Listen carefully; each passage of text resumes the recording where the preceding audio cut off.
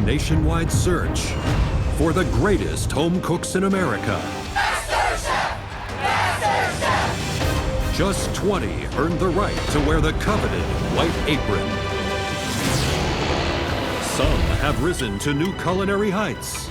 Red team! While others... Nathan, don't freeze up on me now. Oh my God. Buckled under the pressure. Rules are rules. You have to leave the competition. Bye. Now, just 5 remain. David. It's got that spiciness to it. It's like, yes. Tenoria. It's beautiful. You've arrived. Thank you, Chef. Brandy. I just wish everybody could taste this, because if they could, they'd start sharpening their knives. Sean. This is MasterChef finale cooking. And Dan. You gotta be proud of this dish. I'm not going anywhere. Only one home cook can claim the title of Master Chef.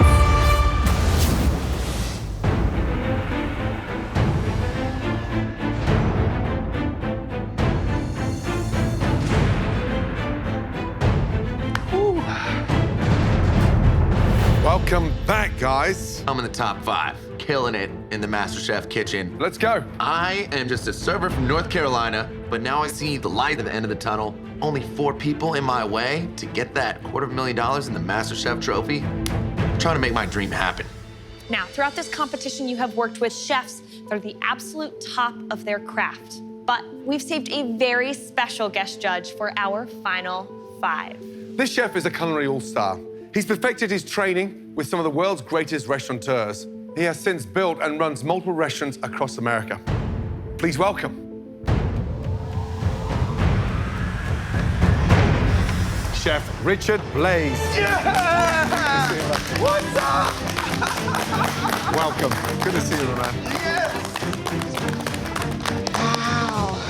Richard Blais is in the building. Like, I am excited. This is one of my favorite chefs on the planet. He inspires me to be the best. Now, your success has been phenomenal. What's been the key to that?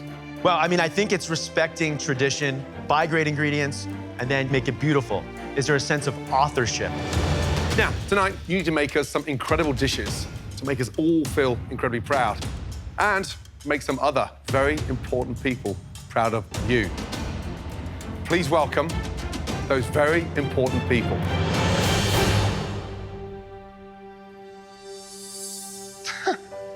Sean, your mum, Karen.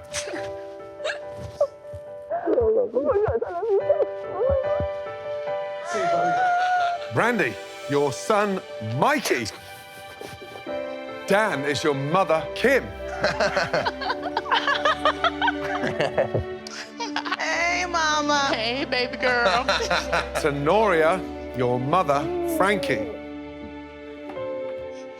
And David, your daughter, Liliana. Daddy. Welcome, my darling. Daddy. Bless. Wow. I'm emotional, I'm overjoyed. I came into this not just for me, but for my mom. I just hope I can bring it home and make her proud. Having Mikey so young, you know, I could have put life on hold, but I want him to see me as a strong person who goes after my dreams, because I want him to be able to do that too. Now, I hate to tear you apart, but please, family members, up on the balcony and grab a bird's eye view. Now, let's get your heads back in the game. Head to your stations. It's now time for your next mystery box challenge. Count to 3, very carefully. Lift those boxes. 1, 2, 3, lift. Oh, mystery box inside a mystery box. Now, underneath your mystery boxes, you each have a mini mystery box. Those mini mystery boxes contain a very special hand-picked ingredient. On my count, you'll all open those mini mystery boxes. In 3, 2, 1, open.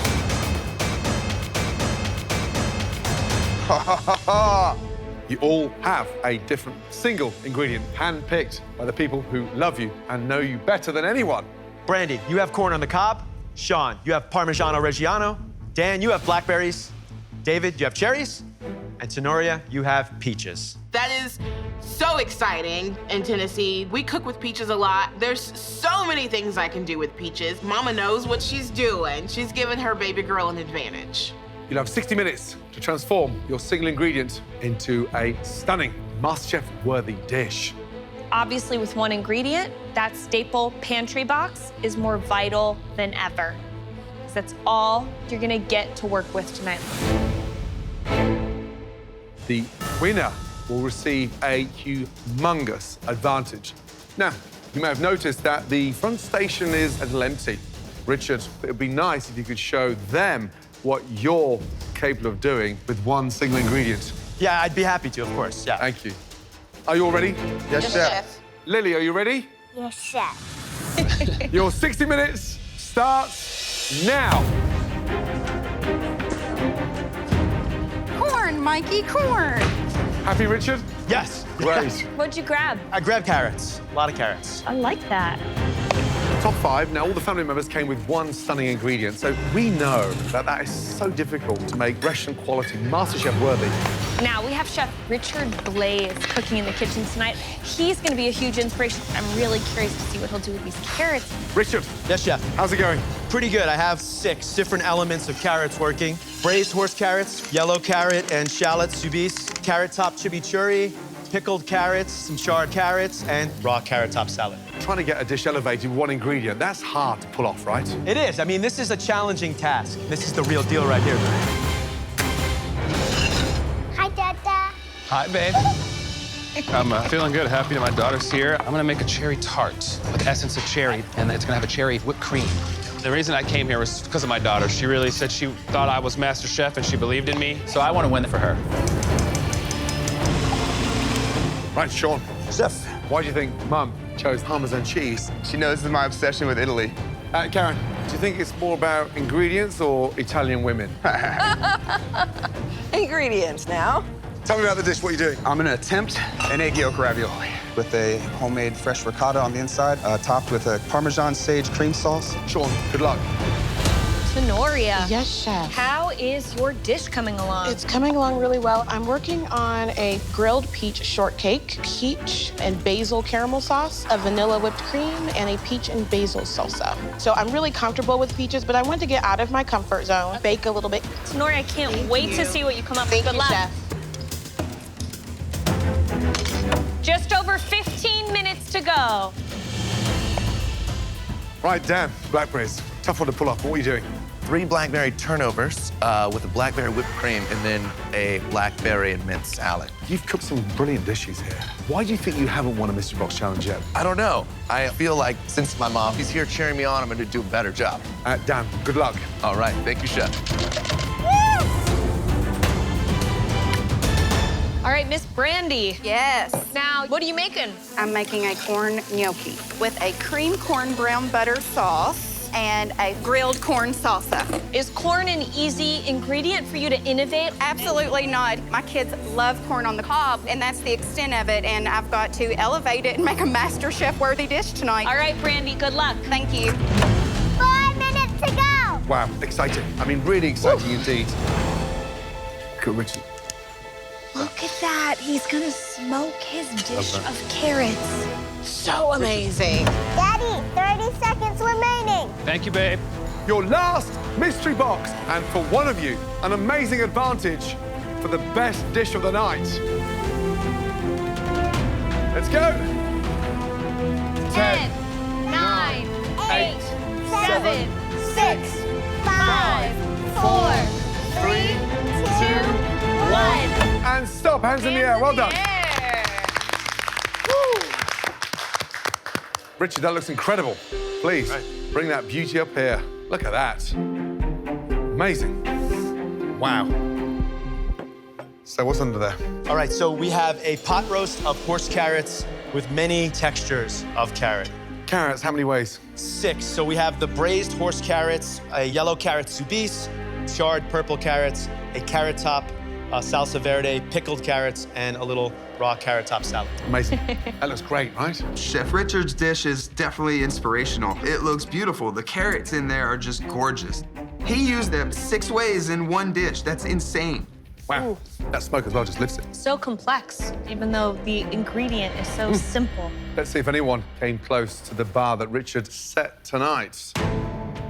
Throughout the Mystery Box Challenge, the judges taste elements of all the home cook's dishes as they come together. You think those yolks are still in there? I know they are. They now take one final look to choose the top 3 standouts, and the winner of this challenge will receive a major advantage in the next round.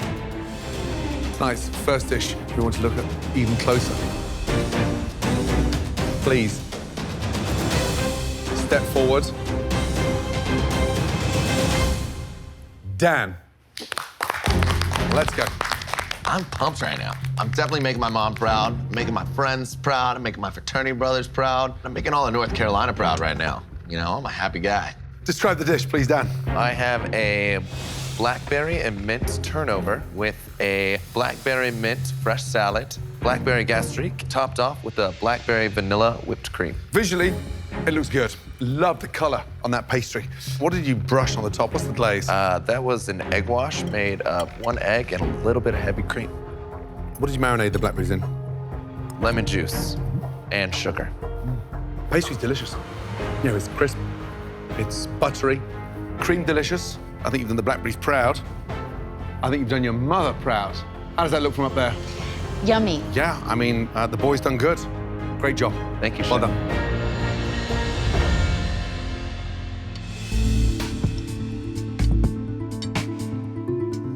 Visually, it looks like you have a really nice seal on the turnover, a good ratio of filling to the bread. Again, it's really nice and brown.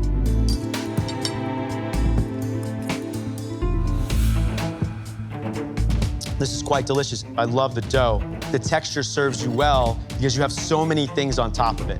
The berries and the blackberry cream taste delicious. I don't want to stop eating it. Good job. Thank you, Chef. Good job, Dan.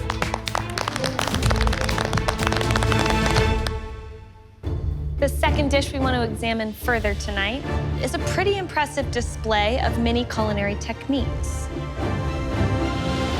Step forward to Noria. Yes! This is my opportunity to win my second mystery box, and my mom is watching from the balcony. That is like icing on the cake. All right, Miss Tenoria, what did you make? Today I made for you a grilled peach shortcake with a peach caramel sauce, a vanilla bean whipped cream, and a peach basil salsa. That caramel sauce looks pretty darn delicious. Is there peach puree in it as well? Yes, I made the peach basil sauce, and then I folded that into the caramel sauce.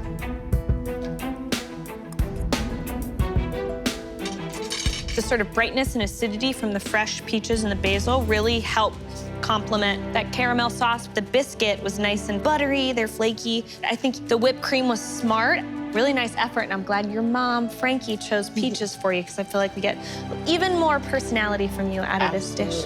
Thank you. Tenoria, I love the fact that you're grilling the peaches tonight. That's quite ambitious. What did you marinate the peaches in? Balsamic vinegar, lemon juice, sugar, and basil.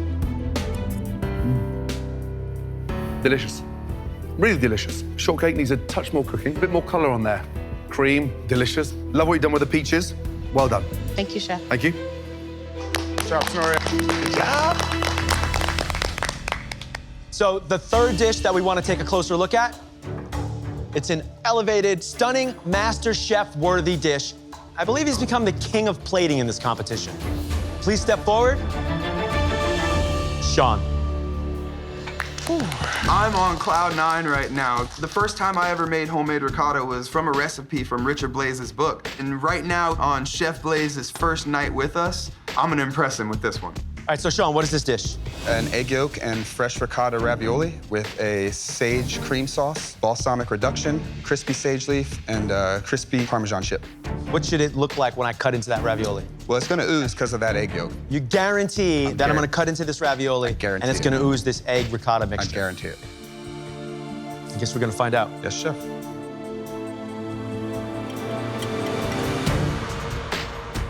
Ooh, big moment.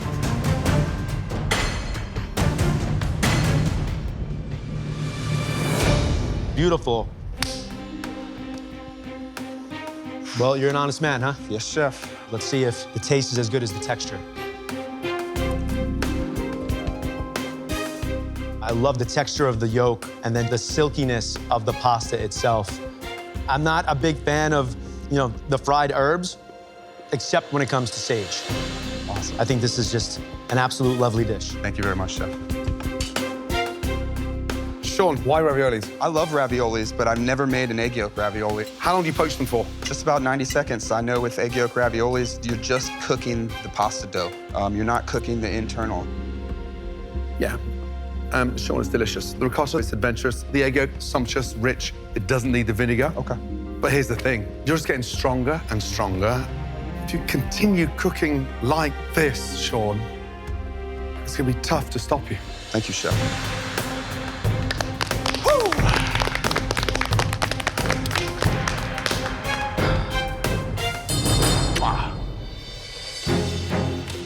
Well done, Dan, Tenoria, Sean. The three of you really showed us that you belong in the top 5. The person who made the best dish tonight and the home cook who's going to get a huge advantage, that person is Sean. Yes! Yes! Third time's a charm. I won 3 mystery boxes. Not only did I impress the judges, including one of my culinary idols, Chef Richard Blaze, my mom got to see what I am actually made of. Karen, you must be beaming with joy. I am. Well done. Right, we have to say goodbye to our very special VIP guest this evening. It's been an honor. Please come downstairs and say goodbye. Having Mikey in the kitchen with me gave me extra motivation to push myself through to the finale, not just for me, but for my kids. Bye. Bye, gorgeous. Amazing. Sean, head on up to the balcony. My favorite spot in the kitchen. You are officially in the top 4. So, Sean is safe and sound up there on the balcony. But the 4 of you will have to cook in the next challenge, which is an elimination challenge.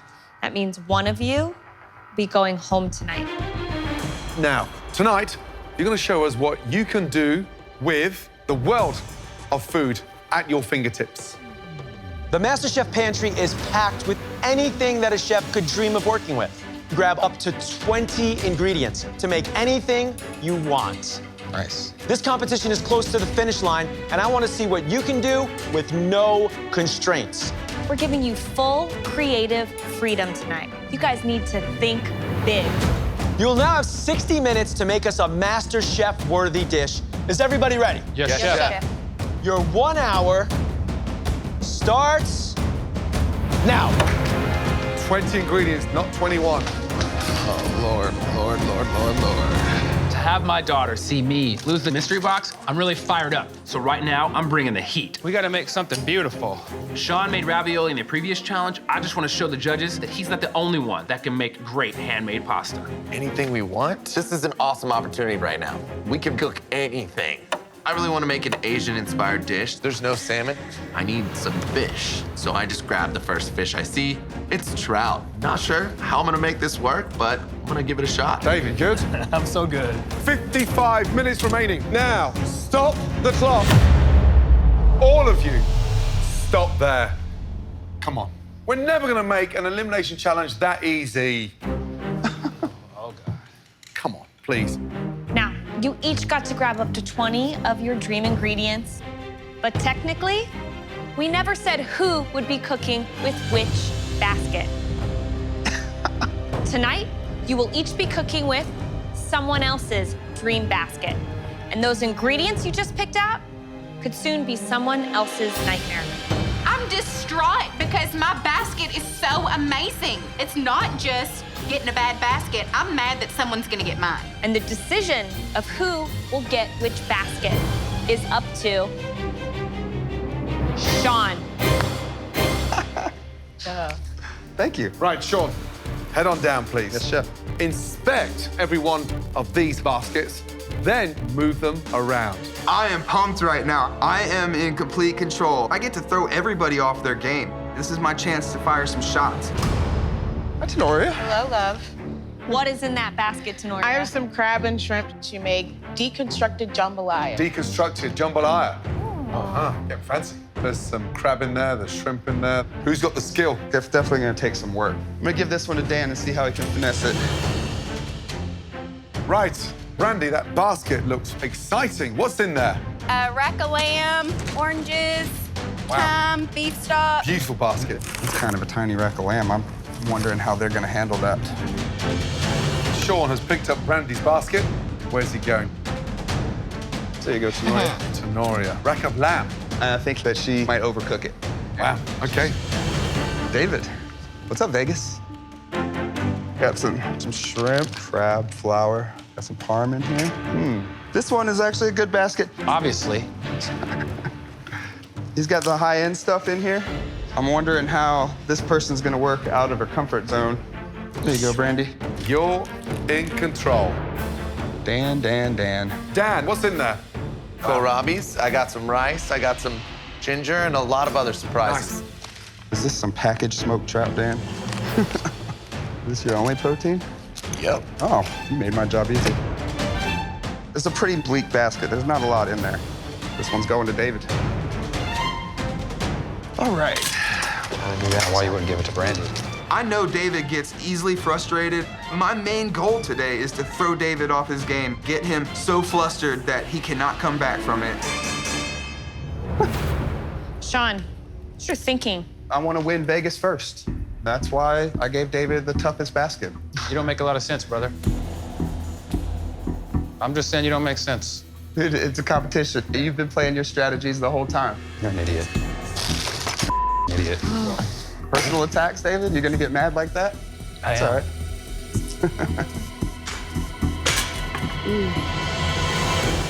Rattled some cages. No, I mean, this idiot doesn't even get protein, and then I get this, and he no, it's David, you okay? not at all. Come on. It's like, oh, smoked trout and some Asian stuff. It's a joke. Wow. David, tonight, prove that you're good enough to cook with whatever you've got in that basket. Right, Sean, head up to the balcony. Thanks, Chef. I think one of the reasons David is pissed off is because I beat him at his own game. He's a poker player, he's a strategist, and I just beat him with strategy. I got him frustrated, so what's gonna happen with this smoked trout is anybody's guess. Right, is everybody ready? Yes, chef. Yes, chef. 55 minutes remaining, guys. Your time starts now. Continue. Clock starts again, guys. Come on, David, you can do this. So, tough one tonight. They're shopping in the pantry and they're picking their best sought-after ingredients, and then bang, they had to swap baskets. That's devastating. So lucky he didn't give you that basket. This is the top 5 of MasterChef, and part of being in this kitchen is being up against it. We have thrown curveballs at them since they started cooking in this competition. Yes. What I'm looking for tonight is to see them experimenting. Start putting together ingredients that they've never, ever put together so far in this competition. It's just not fair. All this time I spent away from my daughter to have this happen to me. What is going on with David? I mean, he is upset. Can't function with this. Cooking angry is not a way to go into this challenge. He's in his own head. Forget it. Where's Dave? David's walking off. David. David. David, come here. David. Wait. It worked. It's fine. David, come here. It's too late now. In 6 years of working on this competition, nobody has ever quit. And I've never seen anyone get the shaft like this. This is crazy. Okay, listen to me. You are there up against 1, 2, 3 individuals, and you are good enough to do this. I am not going to let you walk out of this competition like that. You are better than that. I've got too much respect for you and what you've done and where you've come from in this competition to see you walk through that door now. I don't have the egg. I don't have any crumbs. I got nothing, man. No idea what to do. Stop that. Yes, it's bad. Yes, you're down. You can pull this back. And if you think you've been on your ass before, I've been there many times. Forget everything else now. There's definitely something you can salvage out of those ingredients. Come on, you are not gonna quit. Okay? You can do this. Hey, you with me? Come on. I have no idea. I really don't. I want David gone. He has no respect for anybody except himself. Be here to compete with integrity or get the hell out of the kitchen. I would approach this, I would just start fresh and cook from instinct. David, man, the basket's not that bad, and honestly, throwing a temper tantrum's not gonna help anything, dude. I'm like 10 years younger than you, bro. Get your together. Just imagine, this is for Liliana and you had to make something for your daughter for the weekend. I'm gonna try to make a curry-style rice with the baby Calabria greens and the flaked trout inside the rice. Look at me. Come on. Don't give up. Thank you, Chef. Come on. Let's go.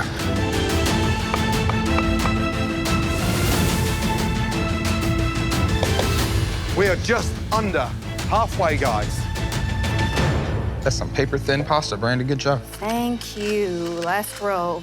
Miss Brandy, Yes, Chef. you are cooking with David's basket. You confident with your dish tonight? I would have been more confident with my basket, obviously, but it's looking pretty good. I've got my ravioli rolled out and filled. That's my crab ricotta filling, and I'm making a crab Alfredo sauce for it. So I'm really trying to highlight the crab in this dish. Have you made ravioli before? It's not something that I do all the time, but my kids love Alfredo sauce, and my son loves the stuff. Brandy, good luck. Thank you, Chef. Oh, that's good. Tenoria, Yes, Chef. tell us about the dish. I got Brandy's basket. I'm going to do a crusted rack of lamb pesto with the celery root tops, some rainbow carrots, and I'm getting ready to make a celery root puree. It looks beautiful. Thank you, Chef. You've got 18 minutes to go. Yes, Good Chef. luck. All right, Dan, you're cooking with Tenoria's basket. You've got crab, you've got shrimp, slab bacon. Are these flavors that you're familiar with? I never really cook with shrimp. Okay. But I'm gonna go the jambalaya route and try and make a deconstructed jambalaya. You're gonna just take Tenoria's idea. I don't want to copy Tenoria exactly. This will definitely be my own version. Okay. Keep in mind, and we want to see all of your culinary skills and technique across this dish. So push your mind a lot further than I think you're probably pushing it right now. All right. Good luck. Thank you, Chef. Oh, Dan. What's our time, Sean? A little over 5 minutes left, guys. Now, what do you guys see out there? Well, I mean, in Sean's perfect world, he's targeting David. But this guy can cook, and he can bring it back. We haven't seen a pasta from Brandy yet. Yep. I'm curious how she will infuse her personality. Last minute, guys. Go, guys. Finish strong. What's at stake is a place in the top 4. Focus, tidy up, finesse. Last little touches. Come on. 10, 9, 8, 7, 6, 5, 4, 3, 2, 1, and stop. Well done. Right. First up, David. David had a temper tantrum and lost precious time. Getting upset is absolutely gonna hurt him. You put your emotions on the plate, and right now, David's emotions are ugly. Let's get straight to the point. You were dealt a dysfunctional card. Then you turn your back on this competition. All those challenges, all those competitions, and endless hours in this kitchen to give it up because he you off. How many times have you dealt dysfunctional cards and got rid of them? Millions. You do it for a living. So to watch that take place there, David, I'm gonna be brutally honest. Let's get straight to the point. Depending on what you did to that plate, this could be the last time you cook inside the MasterChef kitchen. Sounds like my fate is sealed. Describe the dish. I have smoked trout and endive with bean sprouts and curry sauce, sauteed Calabria greens, curried rice with blood orange segments, and trout skin.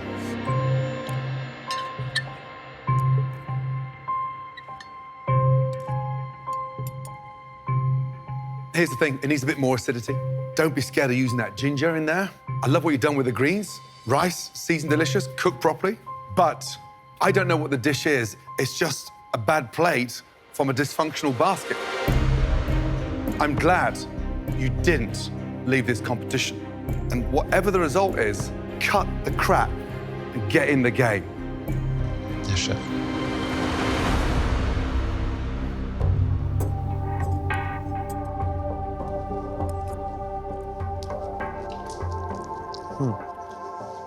There's a lot of flavor in here. The salt from the trout is helping season the dish. It's a little mashed up, it's a little confusing. You wasted some time with the sort of personal meltdown that you had over there. I'm a little shocked, to be honest, at first impression, especially seeing your daughter in here earlier, which was an incredibly touching moment for me. I got goosebumps, I was crying. With her watching, I really wanted to impress her. And even though she was impressed, I didn't feel like it was enough. I wanted to be up here and her to be proud. So with that happening and then coming into this, it was just like I was beaten down.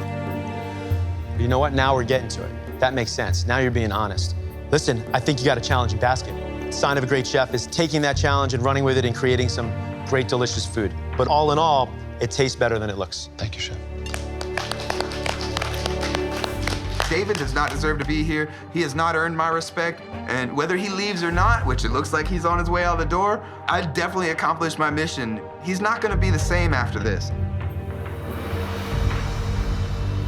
Next up, Tenoria, please. Let's go. I hope I cooked the lamb the way it needs to be cooked. There's only 4 of us left right now, and the judges are paying attention to the smallest details. I cannot mess this up today. Tenoria, describe the dish, please. I have for you a celery root and parsley marinated lamb chop, brown butter celery root puree, some roasted carrots, and a carrot and parsley salad. Visually, it looks beautiful. Let's get that right. You've got the Rolls-Royce cut there. It's got that finesse. Yep, it's cooked beautifully. What's in that marinade? I did some celery root tops, parsley, thyme, olive oil, salt, and pepper. Listen, the dish is good. The lamb tastes delicious, and the flavor is incredible. The puree is smooth. Love what you did with the celery root top. Really strong. Thank you. Thank you.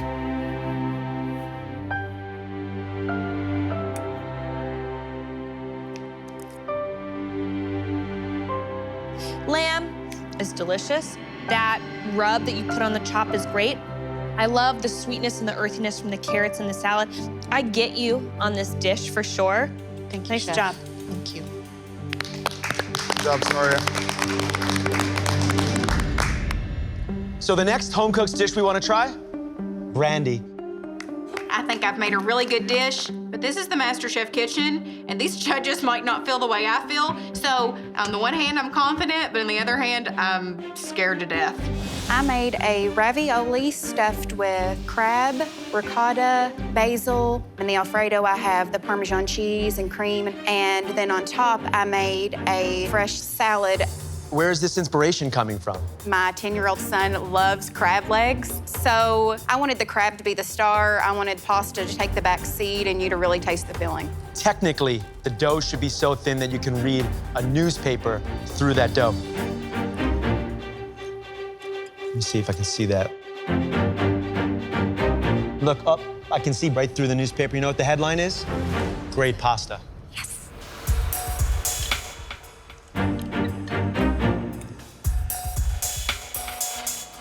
The sauce is like Morgan Freeman's voice. Yay! I mean, it is rich and decadent.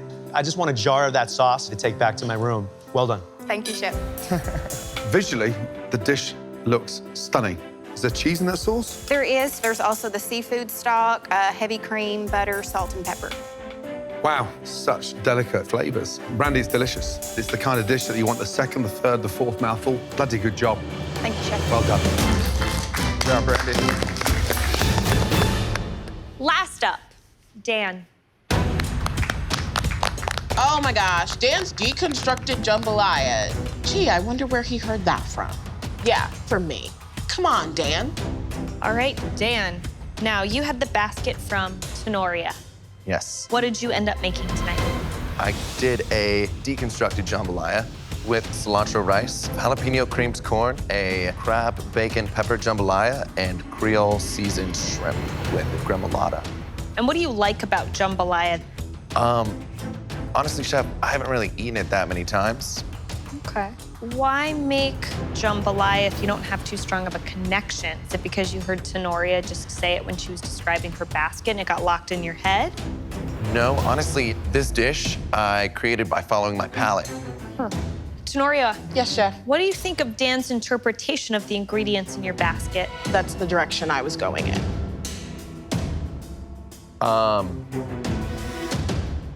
My dish has a lot of similarities to what she was going for. Okay. Let's see how it tastes.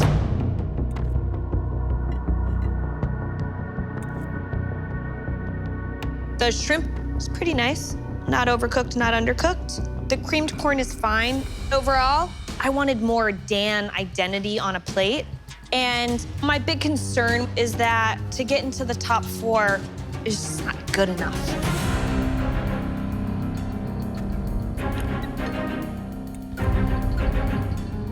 Shrimp tastes good, but rice is overcooked.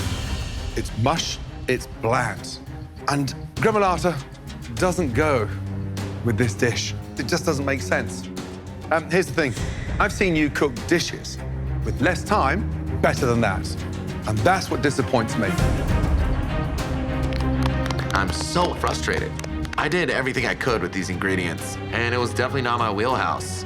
I put my own spin on it, and I'm just hoping it doesn't send me home.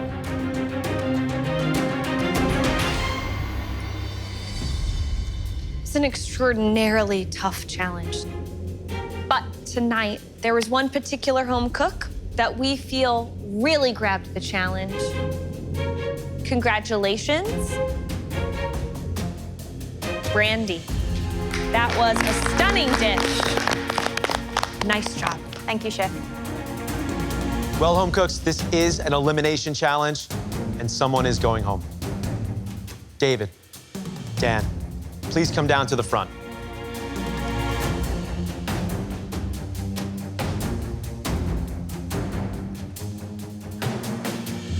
Gentlemen, one of you will enter into the top 4. The other one will see their dreams end tonight. Dan, you're one talented young man. Unfortunately, that basket got the better of you, and the dish ended up looking confused. David, you've done brilliantly in this competition. But tonight, your attitude got the better of you. David, please step forward. David, you are not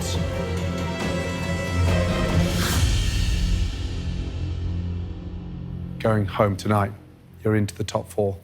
Get back to your station. Hey, man. Good job.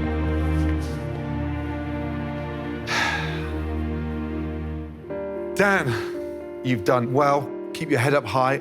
How do you feel? Chef, it's just an honor to learn from the greatest. I am so much better at cooking than when I arrived here. You would not believe it. Well done. Thank you. Come and say goodbye, please. It's been an honor. Pleasure. Get in here. We'll keep that sunny disposition. I will. It's infectious. Stand here. 1, 2, 3, 4. You know them all. Final 4. Dan, in your mind, who's going to become America's next MasterChef? If I have to choose, I gotta say Brandy. She's come so far, and she's killing it. But please take your apron off and put it on that bench. Thank you. Thank you, guys. Thanks, Bye, Dan. I know I'm supposed to feel sad right now, but dude, this has been awesome.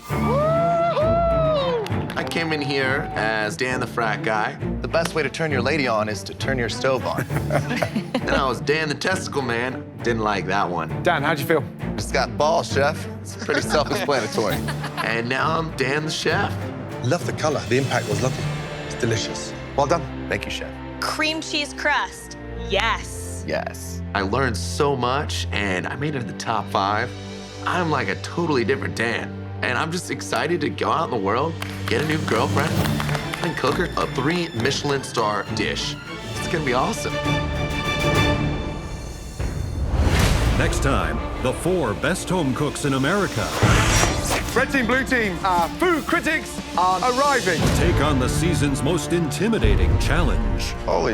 They can fill your restaurant up for 6 years, or they can shut your restaurant down in 6 months. These critics are gonna tear us apart. Under seasoned? Stringy. Sloppy. No. This is crazy. And it all ends Your reviews. with a bombshell that changes the whole competition. For the first time in MasterChef history. Oh my God.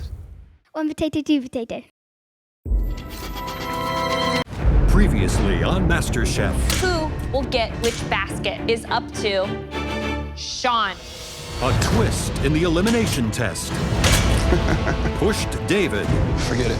He's taking his apron off. to his breaking point. David, wait. I am not gonna let you walk out of this competition like that. But it was Dan To get into the top 4 is just not good enough. who cracked under the pressure. Tonight, the 4 best home cooks in America Red team, blue team, our food critics are arriving. take on the season's most intimidating challenge. Holy. They can fill your restaurant up for 6 years, or they can shut your restaurant down in 6 months. These critics are gonna tear us apart. Under seasoned? Stringy. Sloppy. No. This is crazy. And it all ends Your reviews. with a bombshell that changes the whole competition. For the first time in MasterChef history. Oh my God.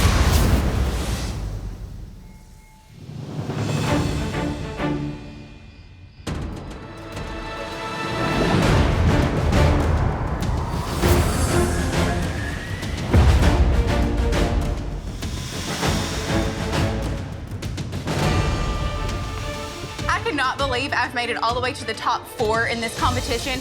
My plates used to look like they came out of a little country kitchen, and now they look like they're coming out of 5-star restaurants. Come on down, guys. All right. As a DJ, my food dream is to combine my 2 passions, high-end dining and high-energy music, to give people the time of their lives in my restaurant. Welcome back. I thought I was going to retire at the bank, and now my dreams are right within reach. This is amazing. Congratulations. You have all made it to the top 4 of the biggest cooking competition in the entire world. I've been fortunate to have a very successful career in poker, so I'm not here for the $250,000. I'm here for that MasterChef title. Listen carefully. Tonight, we have some very, very special guests joining us for dinner inside the amazing MasterChef restaurant. Guests that, when they come to any of our restaurants, they terrify us. That's right, even me. Tonight, you'll be cooking for some of America's most powerful, most intimidating, most influential food critics.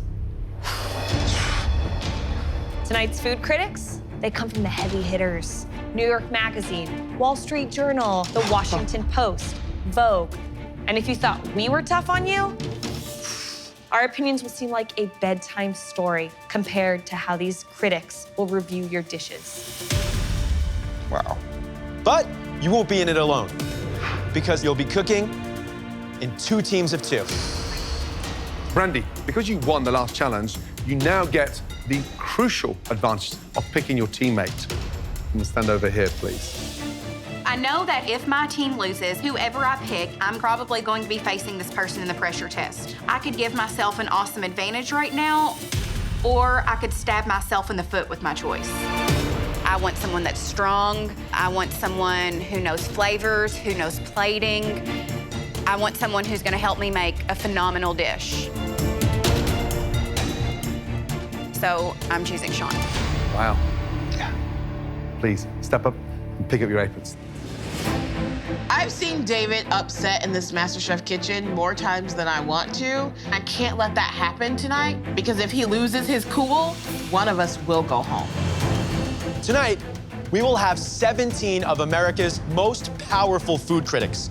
And in your teams of 2, you'll have 90 minutes to prep and cook a stunning, restaurant-quality entree for all of them. Then each critic will write a brief review of each team's dish. Seriously, if they're all coming into my restaurant this evening, trust me, I'll be crapping myself. Now, at your stations, you'll find 2 identical boxes of ingredients that we personally selected for you to work with tonight.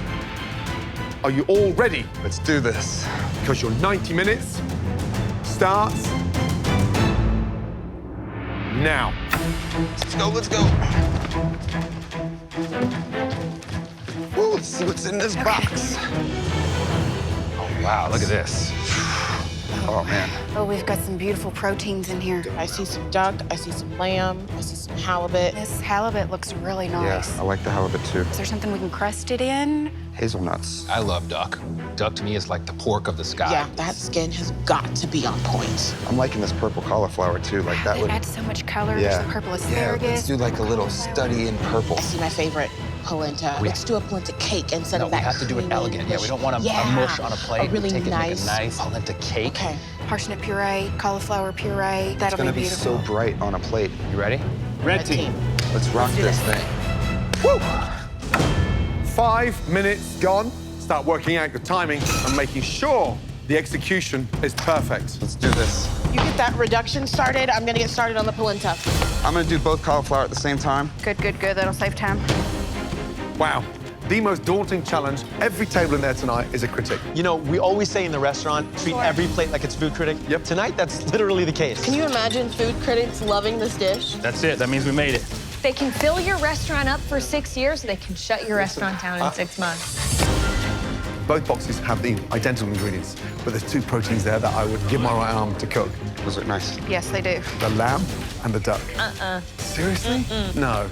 I'm coating the fish in hazelnut right now. Sounds good. I would go anywhere near that halibut, the most unforgiving fish anywhere in the sea. Beautiful. Listen, I know love what it. a risk halibut is, but I think a beautifully done halibut will speak volumes. Richard, what would you choose? What would you go for? Yeah, listen, I think I would grab, quite honestly, the rack of lamb.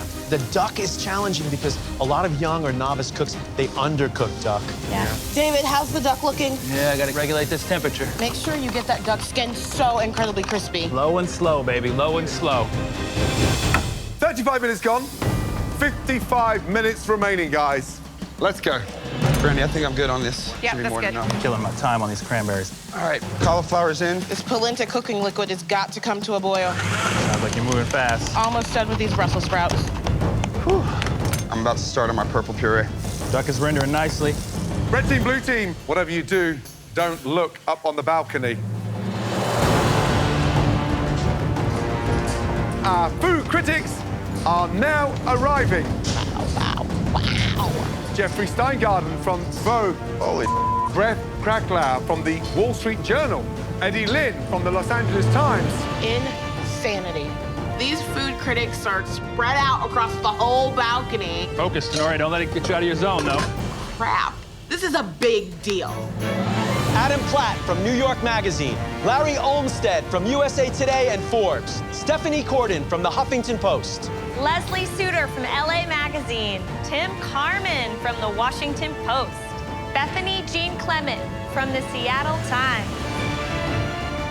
These critics are stone cold killers. That is any restaurateur's nightmare up there. Whew. I feel the eyes watching. I can just feel their death stares glaring at me, watching every single move I make and waiting for me to make a mistake. Ladies and gentlemen, it's an absolute honor and a pleasure to have such esteemed critics here with us today. Would you kindly all make your way through to the MasterChef restaurant, please? Your table awaits you. Thank you. Wow. I mean, come on, seriously. Hey, listen, one's bad enough. 17? There is a bit of good news to this evening. Every other restaurant in the country has got nothing else to worry about except the MasterChef restaurants. I'm really excited about this home cooking. People have written for years about how home cooking is dead, and now we see MasterChef kind of reviving it. I've reviewed all types of restaurants, fine dining, casual, hole-in-the-wall spots, but this is MasterChef. On top of that, we're down to the final 4. So the food better be 4 times as good. 35 minutes to go, guys. Ramp it up now. Start speeding up, guys, please. Right, Brandy. Yes, Chef. Our critics are in the dining room. Yes. They are waiting for magic to happen. They're going to Confident? get magic tonight. They're gonna get yes, magic? I'm super confident. Right, Sean, tell me about the dish. Hazelnut crusted halibut. Halibut. Yeah. Why? Lamb, duck. Why halibut? If we get halibut right, it's going to be beautiful, and these guys are going to go crazy for it. Okay, fine, but it's a tough fish to pull off. We're not going to get it wrong, Chef. Talk me through the rest of the dish. We're gonna do a Meyer lemon beurre blanc. We're gonna do a play on purple with some purple microgreens, some purple asparagus. A play on purple. It's gonna be delicious. And we got a purple puree coming out too. It's a restaurant full of critics, not a kindergarten. Absolutely. Why? And it's There's gonna no be play on purple. It's gonna be beautiful. You tell us to take risks, and this is a risk. If we can nail it, then Yeah, but not right now. win then. If I don't take risks right now, when am I gonna do it? Young lady, are you crazy? Oh, I'm a little crazy. This You are, aren't competition's you? made me a little crazy. Yeah, Really? I want to bring it. You know, you all tell us to take risks. Yeah, get him, Brandy. If there's one night, just keep it safe and delicious and simple, it would be tonight. Absolutely not. Absolutely not. These critics are gonna know my name when they leave here tonight. Right. Good luck. All right, Tenoria. Yes, chef. What do you got going on? We are making a pan-seared rasa hanout duck. Ras al hanout? Okay. With Brussels sprout salad with a beautiful vinaigrette, polenta cake, as well as a pomegranate molasses port reduction. Here's the thing about Ras al Hanout, Tenoria. I hate to tell you this. It's perfect with duck. Thank you. but what Get me every I do time. get shit Shame done. on you. What does a girl from Tennessee know about polenta, though? Come You on. know what? This girl knows her grits. I know polenta, I know cream and butter, and it's all up in there tonight. knows how to get some duck Oh my fat in gosh, there. I'm so excited to have duck fat tonight. Duck, it's a tricky protein to cook. It is. Especially for 17 very finicky food critics. Our goal tonight is to show off how well it's cooked. So when they see it on the plate, they're gonna see that it's beautifully cooked. They're not gonna have to wait until they cut into it. Okay. Thank you. It smells incredible. I've never seen such great coordination I between gotta both say, teams. they're working like professional chefs right now. They don't sound like home cooks. No, No, you're absolutely right. Good. Miss Mud, I love you. Yes. Blue team, their halibut is still out on their bench. They're gonna plate half the ingredients and then cook the fish, put the rest of the ingredients on, and fish goes on last. This is a dangerous game, guys.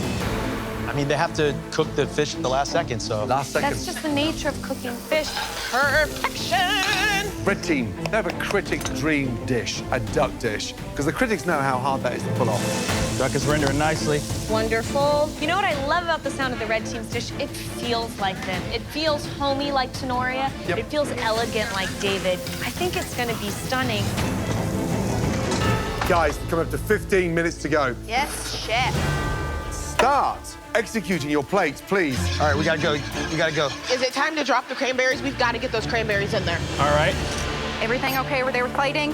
Yeah, looking beautiful. David, I really need my sauce, hon. Needs to reduce a tad bit more. David, it's got to go fast. Yep, I'm gonna put it on high. Just gotta make sure we nail that duck. Okay, Come on, Sean. Brandy. Get that I'm going, sauce I'm over going, here. I'm going. Brandy and Sean, they started to put things down on the blue team's dishes right now. The red team, they still have more things they need to do. They need to sear the cake.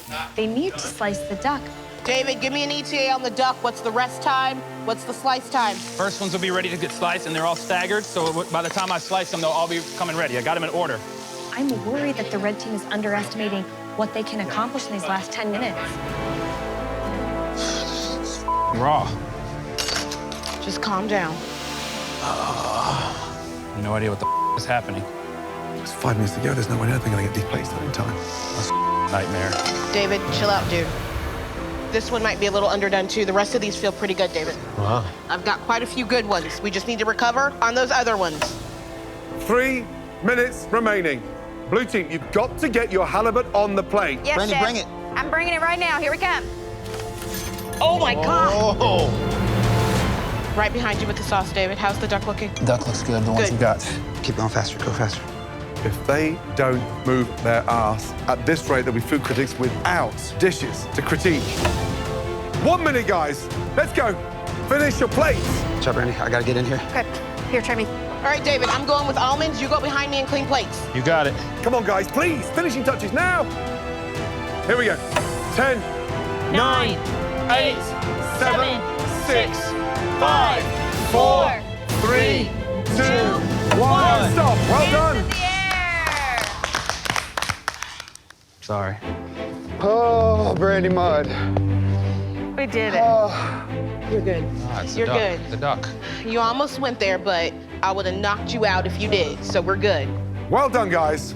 Waiters, please. They look as good as we could ask for. I'm pumped up about this dish. It looks spectacular. I can't believe we They look pulled that one off. beautiful. The flavor of the sauce is beautiful. This halibut is cooked perfectly, and those little dots of white and purple puree are probably the sexiest thing I've ever seen on a plate. Thank you, delicious. It looked like home cooking to me. Very spring. I know, very springy. Yes, it's beautiful. It's pretty good, actually. I agree. David and I did a really great job working together, and we put out a beautiful, colorful, flavorful plate. I would absolutely order this off a menu in a fine dining restaurant. Chef Ramsay, stick this on your menu.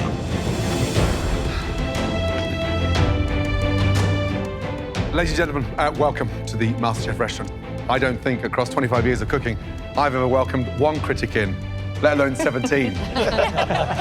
So now we'd like to introduce you to our home cooks for the evening. Please welcome the red team and the blue team. This is an opportunity of a lifetime. Yes, these critics are intimidating and they're powerful and I want to impress them, but if anything, I'm honored and humbled right now to be standing in front of people that can pick my food apart. Red team, Sonoria, David, please describe your dish to the food critics. Today we have for you a pan-seared duck finished with ras al hanout, a Brussels sprout slaw with a grainy mustard vinaigrette, a crispy polenta cake finished with a pomegranate molasses port reduction. And the blue team. We have for you a hazelnut-crusted halibut on top of a Meyer lemon beurre blanc. And then beside it, we have a play on purple. We have a parsnip celery root brown butter puree, a purple cauliflower puree, and asparagus peels marinated in a Meyer lemon vinaigrette. To our guests of honor, as you dine, please gather your thoughts on the note cards that we've laid in front of you. Once we've had a chance to read all of your reviews, we will decide on a winning team tonight. Red team, blue team, head on back into the MasterChef kitchen and clean up. Our esteemed critics, bon appetit, please. Enjoy. Thank you.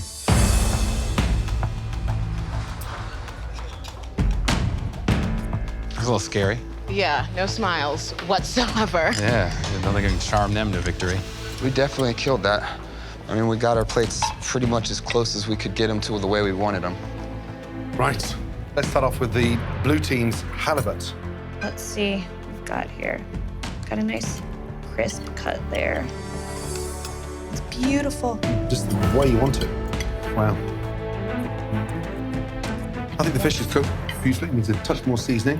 Hazelnuts are delicious, but there's a lot of them. Yeah, I mean, I think the proportions are off a little bit. More sauce, more cauliflower.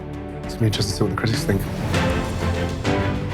The blue team's halibut was a little overcooked, but I love the crust. I love the little salad. It's actually fancy to the point of prissiness. It had just a hint of the beurre blanc, which was done with such restraint that it really enchanted the fish rather than overwhelming it. It's really easy to screw up a fish like that, so I'm actually impressed that they were able to do as well as they did with a fish that steaky. The purple white dollops belong on a 9-year-old's birthday cake, and it didn't make sense.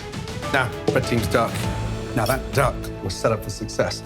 The problem they've got there, it needs another 4 or 5 minutes in the oven. We'll take the end of the duck there. I have to say, for what they lacked in execution, they made up for in the concept of flavor profile. I love what they did with the polenta. I love the fact that they laced it with duck fat. That's a very chefy thing to do. I just wish that they'd cooked that duck 4 or 5 minutes longer, and I'm hoping our critics haven't got raw duck.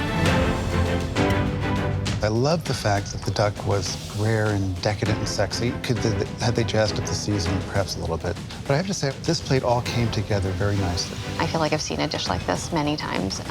The dish completely lacks soul. The duck breasts are seasoned well. The fat was rendered well. My main complaint is that they used a pomegranate sauce on it, which is out of season. Overall, I actually thought the most flavorful thing on the plate was the polenta cake, but I wanted these supporting components to come together and do something with the protein, but it felt more like I was just eating a big, maybe slightly under-seasoned hunks of duck.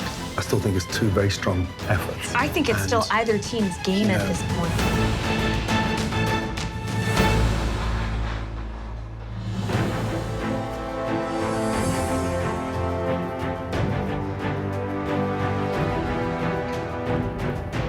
Tonight, sadly, there can only be one winning team. Can't wait to study those reviews and then come to a consensus and nominate our winning team based on your feedback. Once again, a sincere thank you. Thank you, darling. Thank you. Thank you. Thank you, sir. Nice. Good to see you. Thank you. Thank you for allowing us to serve you. Well, I voted for you guys. Thank you, sir. The polenta cake was delicious. That's her specialty. Thank you. Jeffrey. Could you tell me what was in it? Jeffrey. Oh, I'm sorry. Thank you. Thank you, sir. Thank you. She's not single. Yes, I am.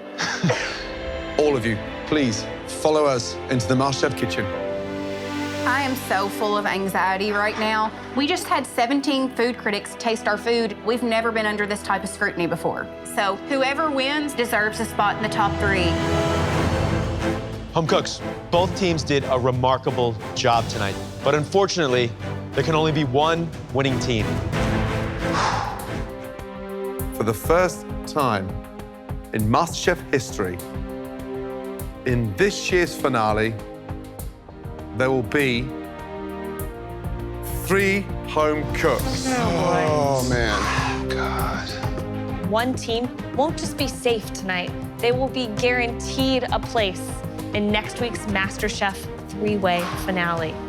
Sad news is, of course, that the other team is gonna have to fight it out head-to-head for that final spot. Tonight's winning team, the team that is officially in the MasterChef finale, is the blue team. Brandy, Sean. Oh my God. Absolutely incredible. Brandy, how are you feeling? I don't even know what to feel right now. When I came into this, I never in a million years thought that I would be going to the finale, and I'm so proud of myself, and I'm so proud that my students and my kids get to see this, that, you know, dreams come true. Sean, how'd you feel? I'm so proud right now. I wish my dad was still here with me. I did this for him and my mom. That performance was legendary. Thank you, Chef. Thank you. So blue team, Sean and Brandy, congratulations. Please head on up to the balcony. Thank you, Chef.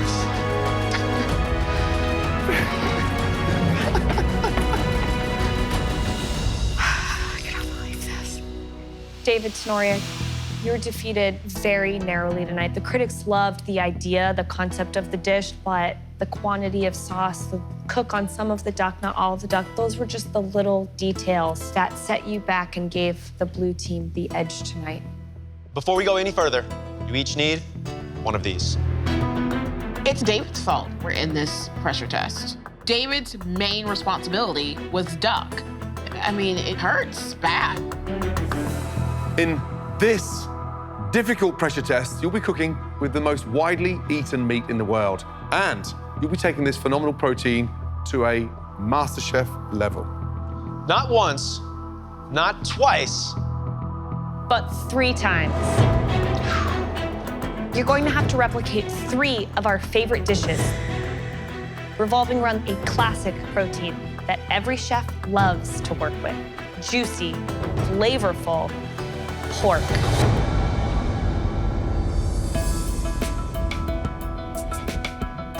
Underneath this cloche is the cut of pork that I absolutely love. Pork tenderloin. Here we have my harissa spiced pork tenderloin with charred eggplant puree, zucchini ribbons, olive petals, and a beautiful herb salad.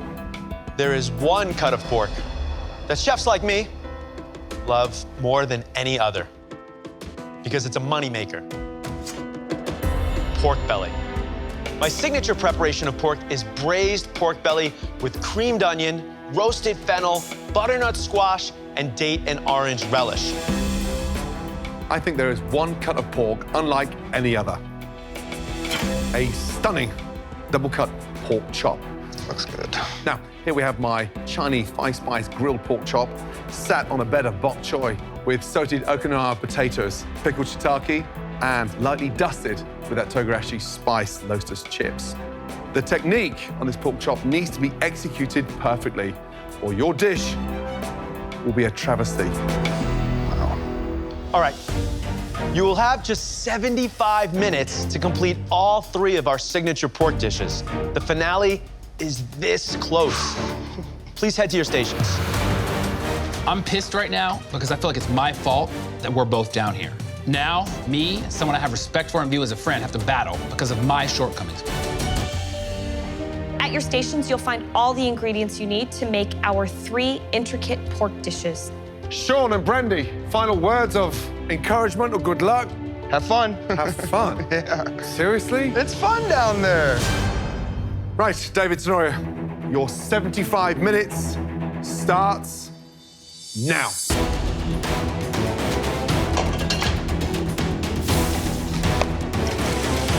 Here we go. So, 3 difficult dishes across 75 minutes. This is a tough one to pull off. So let's talk about ideal timing. So the first thing you do, pork belly, into the Yes. pressure cooker, get it going. After that, get that pork chop seared, rendered, and cooked just above rare, so you can reheat it with literally 10 minutes to go. And then we'll be cooking your tenderloin right at the very last minute, not too early, because that can't sit and hang around. No, it goes too dry. Now, my pork tenderloin, it's a lean cut of meat. It's not very forgiving. Gotta cook it to a medium rare, and they shouldn't really touch that pork tenderloin until they've got 35 minutes to go. But they need to char the heck out of that eggplant to get that nice smokiness. And the zucchini should just kiss that sauté pan. You don't want them to wilt. Beef stock reducing. So, Christina, your dish is like a ballet, right?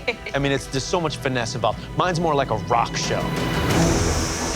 Pork belly has to cook at least 30 minutes under pressure. You want the melting fat of the pork belly and then this crisp exterior. If it's not cooked, it's gonna be rubbery and chewy. My double cut pork chop needs serious attention to detail. The jeopardy there is rendering that fat down on the back and making sure you've got that wonderful temperature running from the beginning right through to the bone. It needs to be medium, not rare. Less than 50 minutes remaining. Okay, David, how are you feeling? Why? I don't like to fail and I don't like to lose. You're not going to throw the towel in now. No, I'm not going to throw the towel in. I'm just going to do my best. Start believing in yourself a little bit more. Can you do this? Yes, chef. Top 4. Top 4 is not good enough. Well, there you go. That's the David I want to hear. You get your head out your arse and start coming back a little bit. Yes, chef. Good luck. Thank you, Let's go. Morning, baby David's back. All right, Tenoria, how are you feeling? I feel composed right now. You look organized. That's really, really important. I don't want to forget anything. How confident are you that you can beat David? I have no choice but to be confident. If I wasn't confident, I would curl up in the fetal position and hide under my station, and that's not happening today. Cannot happen. Can you beat him? You know, David is really, really strong, but I think I'm a little bit more focused than David, and that might be what puts me over the edge. Less than 30 minutes to go. I think we're getting a visitor. Brilliant job. Thank you, chef. Now, there's one more that's going to be joining you. Which one do you want, Tenoria or David? David. I forgot that was hot. I think he's going to be easier to beat in the finale because his emotions get the best of him, like they're doing right now. It's great news. Beef stock just turned to syrup. Sean? I'd rather Tenoria. That's good. I don't think she'll take enough risks to be able to pull it off. No, I think she's going to stay right in her comfort zone. I feel really good about that. And you know, I said from day one, I want to be the top Vegas guy, so the earlier David can go there. Thank you. Thank you, chef. Less than 20 minutes to go, guys. 3 stunning pork dishes. But just one spot remaining in the grand finale. Make sure it's you. Guys, I think Tenoria has forgotten about her pork tenderloin. Tenderloin. It looks like the pork tenderloin is not even on the map right now. I don't know if Tenoria doesn't know where her tenderloin is or she's forgot she has to make a tenderloin, but it needs to rest for at least 15 minutes, and she only has 15 minutes left and she hasn't started cooking it. She's gonna be completely screwed on this meat. Finally. Don't just stand there. She's just standing there. She's just standing there holding the pork. 12 minutes remaining. Tenoria's pork chop, I worry, is undercooked. What the hell happened to this guy? David's pork belly doesn't like his cooked properly. 6 minutes, guys. Let's go. Come on. Get plating. David's pork chop's out of the oven. Great sear on it. Just get it on. 3 minutes, guys. Here we go, guys. Here we go. Here we go. Let's go, Tenora, come on. Tenora's tenderloins the floor. Go, guys. Tenora, you've got nothing down the front. I need to see some food. Come on, Tenora, push to the end. Here we go. 10, 9, 8, 7, 6, 5, 4, 3, 2, 1, and stop. Hands in the air. Good job, guys. Wow. Well done. Gonna be interesting. Tenoria and David, it's time to taste all 3 of your pork dishes. I'm gonna start with the tenderloin. As a whole, Tenoria's pork tenderloin dish looks better, but her pork tenderloin is way raw. Hopefully, the judges value that over some garnish. Tenoria, what do you think of your dish? I think it looks great. I'm a little concerned about the cook of the pork. The temp is a little bit under, maybe. How'd you season this tenderloin? I rubbed it in the harissa and a little bit of salt.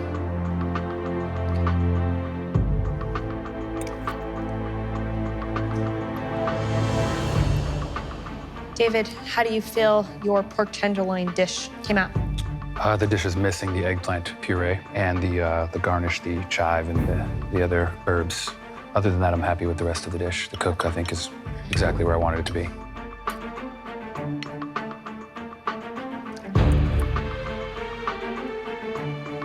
Tenoria, if these 2 dishes landed in front of you at a restaurant, which would you prefer?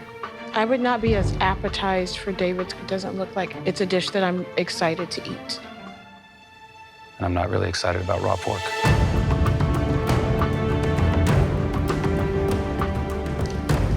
Tenoria's is undercooked. She admittedly has a more beautiful dish, but David's pork tenderloin is cooked to perfection. All right, so next up, the pork belly dishes. Okay, so visually, David, give me your assessment, one plate versus the other. I think they're very close and similar. I believe in color, my pork looks a little more appetizing, but mine is obviously missing the date relish. Tenoria, what do you think about David missing a couple elements? I mean, you really need sweetness from the date relish to cut the fattiness of the pork. So it should be disappointing to him and maybe for your bite. All right, so I'm gonna get in here. Okay, so you tell me, how do you think we did on the cook there? I think that cook looks really tender, really juicy. David, what do you think? Looks a little dry, you had to saw through it. Actually, a lot of it dry.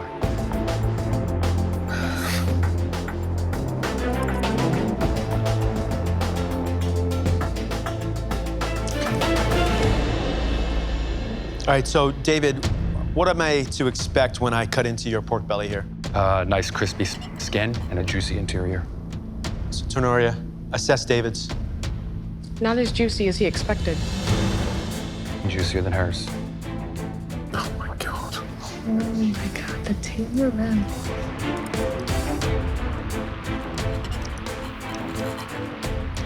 It's undercooked. What was that, Turner? From my take on butternut squash and the beautiful velvety texture it should have in the middle, that's undercooked. Wow. This is a pork challenge, and it's all about the pork. And when I order pork belly, sure, the garnish is nice, but what I care about is the pork. Taking a look at this pork from the side, it just looks dry, almost like a dry pot roast.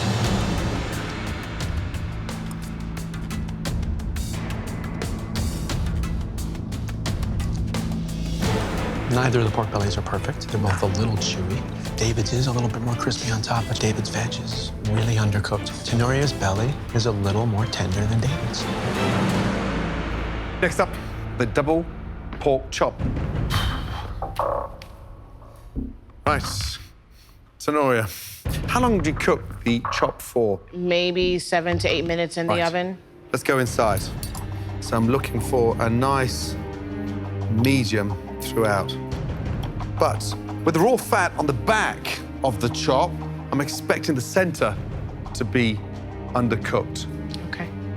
I hope it's not.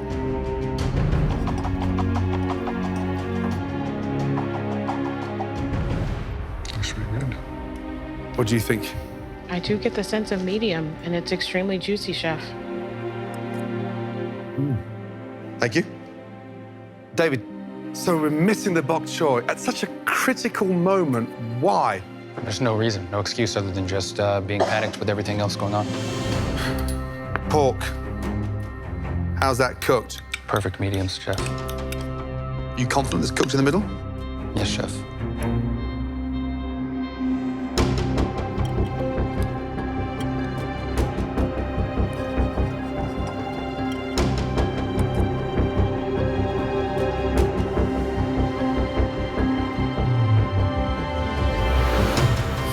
My pork was cooked better in all 3 dishes, and this pressure test was about pork. David's sear on the pork is incredible. There's no exposed white fat, but it's cooked to perfection. Tenoria's pork chop does need a touch more cooking inside. Bok choy delicious, sauce delicious, all done beautifully. There's a lot of elements missing from David's plates, and I got every single one of them on there tonight. I excelled compared to David. David, Tenoria, we've come to a consensus, but that was a very tough decision. Christina, 2 well-executed pork tenderloin dishes. In your mind, which one had the edge? Tenoria, your pork tenderloin as an entire dish was more composed. More of the elements were there, but your pork was undercooked. David, your dish was less complete, but that pork tenderloin, you nailed.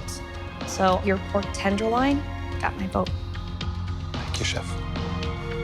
Richard, which pork belly dish had the advantage? David, Tenoria, I mean, this one just came down to the tiniest of margins. The dish that I preferred was Tenoria's. So that means it comes down to the double pork chop. 2 well-executed dishes, and I can only go on what you give me, not what's been left behind on the bench. You both know that. The dish that had a slight edge, and the final person in the MasterChef finale is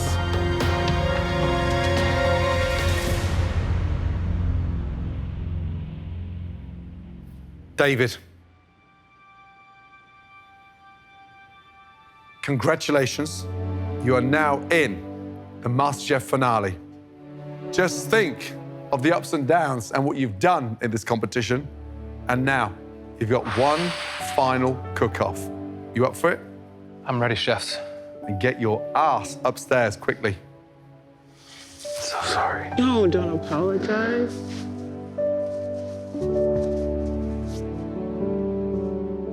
Oh, Tenoria, you know, you introduced me to quite possibly the best shrimp and grits I've ever eaten in my entire life. And no matter where I go, what restaurant we're sat in, no one is ever gonna come close to what you gave me. Thank you. Please go up here and say goodbye. Oh, gosh. Good job. Oh, man. Bye. Thank you, darling. Thank you. Coming into this competition, I cooked American comfort food. That, for me, will go down in history as the best shrimp and grits. No way. I'm telling you now. Wow. But now I know how to play a restaurant quality dish with refinement and finesse and beauty. You've arrived. This is it. It's beautiful. Thank you. I've learned how to build even more flavor, which is something that I thought that I already had. I might actually take a few in my pocket for later. They're You so damn take good. as many as you want. There's some more on my station. You want those too? Blue team, congratulations! Congratulations, blue team. Yes. I absolutely plan to pursue my food dream of feeding the homeless. Good job, Snorri. Love you, T. A lot of people spend their entire lives wondering what they're meant to do on Earth. I know now. Next time, it's the 2-hour MasterChef finale. Joining us tonight, 2 of the biggest names in the culinary world. Daniel Boulud and Wolfgang Puck. It's go big or go home. The world's biggest cooking competition comes to an end as David, Sean, and Brandy face off for $250,000, Let's go! their own cookbook, and the MasterChef title. The winner of MasterChef is... 1 potato, 2 potato.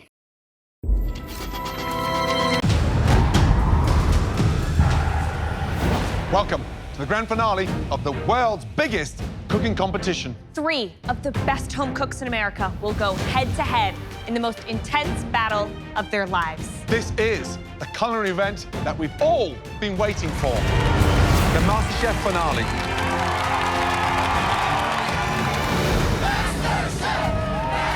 The journey began with tens of thousands of hopeful home cooks from every corner of the country. We searched high and low, all in hopes of finding America's next MasterChef. Woo! You can't teach that. It tastes delicious. The home cooks that were good enough to win a white apron then began their culinary journey of a lifetime. Please welcome Wolfgang Puck! This year, the home cooks had the honor of working with some of the brightest stars in the culinary world. Waste no time, let's go. They endured intense pressure. David. Forget it. His apron is off. He's leaving. Nathan, vocal, come on. Nathan, I need you to... Oh! Bride and groom, where is it? In the most difficult challenges the competition has ever seen. These guys put their lives on the line. Now get real or off. The caliber of talent was bigger and better than ever before. This is MasterChef cooking at its absolute best. Year after year, we've narrowed down the competitors. You have to leave the competition. I messed up. But this year, for the first time ever, 3 home cooks will step into the ring for the grand finale. But only one will be crowned America's MasterChef.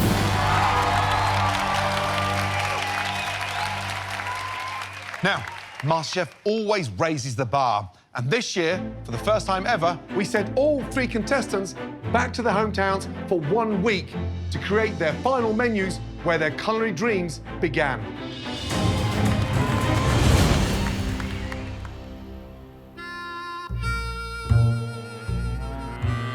To make sure the finalists were using their time wisely, we paid them each a surprise visit, beginning with Brandy in Irvington, Kentucky. Kentucky. We are in the middle of freaking nowhere. I've got no signal on my phone. The GPS is not working. I've got to rely on the maps. At least put a good song on the radio. There's no reception. Is there any way we can go a bit faster? I can walk quicker with one leg. The speed limit's 60 miles an hour. 32 is fine. It'll be dark by the time we get there. So finished. Can I drive, please? No. Here's the school. Irvington Elementary, where Miss Brandy Mudd teaches. So if we have a whole number and we divide it by a mixed number. It's been so long since I've been with my family, my students, and being back home has really given me a breath of fresh air that I need to really motivate me to do well in the finale. Dad said. Miss Mudd, hello. Good morning. So sorry to disturb the lesson. I had no idea. Whoa! I cannot believe Gordon Ramsay and Christina Tosi are here right now. You've all got the rest of the afternoon off. I've been training, I've been practicing, and I can't wait to show the judges what this Kentucky girl has up her sleeve. So we're dying to find out about this menu. Well, I've tried to stick with my Southern roots, but I want to go upscale with all of it, and I want to show how much I've grown in the MasterChef competition. You know I love the play on sweet and savory, and I've really been working on my plating because I know that you eat with your eyes first. Coming back and having that downtime, how are you feeling? You know, my sons really needed me while I was gone. You know, I sacrificed a lot to come out there, so it's been great to be able to be home and see them again. What would winning mean for you? I did this for myself, but really I did this for my students and for my kids because I wanted them to see that no matter if they come from a big city or from Irvington, Kentucky, you know, that they can really accomplish anything that they want. Listen, make sure you give it your best shot because this is going to be the most demanding finale ever. I'm super pumped and ready for this. I have 24 students. in my whole entire town counting on me to win this trophy. I'm gonna go in there and I'm gonna bring it, and I'm gonna show everybody that I have what it takes to win this competition. Take care. See you back in the kitchen. Next, we travel to Las Vegas, the hometown of both David and Sean. First, we visited David to see how his menus were coming together. Are you happy I'm making salmon? Yeah. I have an amazing 5-year-old daughter, Liliana. I've really missed her so much. I wonder if he's cooking. She truly kind of grounds me and shows me what I'm fighting for.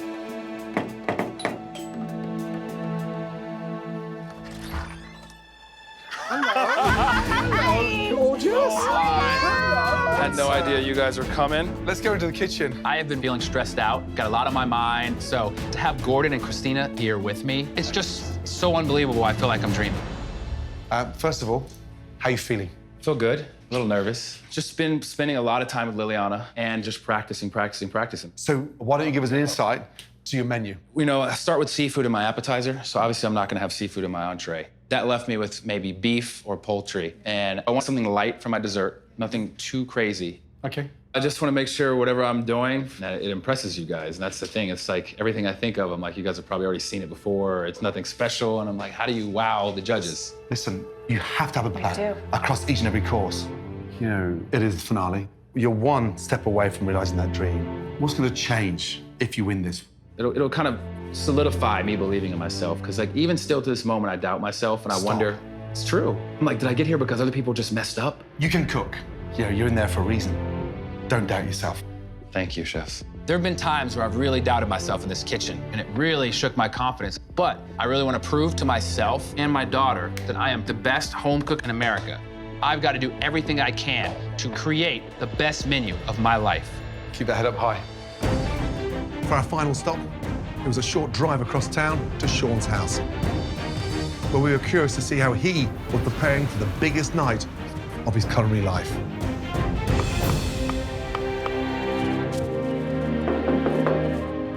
Good morning. I knew it. How are you?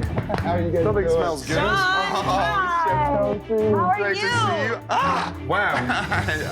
Right. First of all, good to see you. How have you been? I've been busting my butt in this kitchen, chef. Really? I've been wearing this kitchen down nonstop, and I'm ready to get back and take home that trophy. What do you have planned? I've got some crazy stuff in store.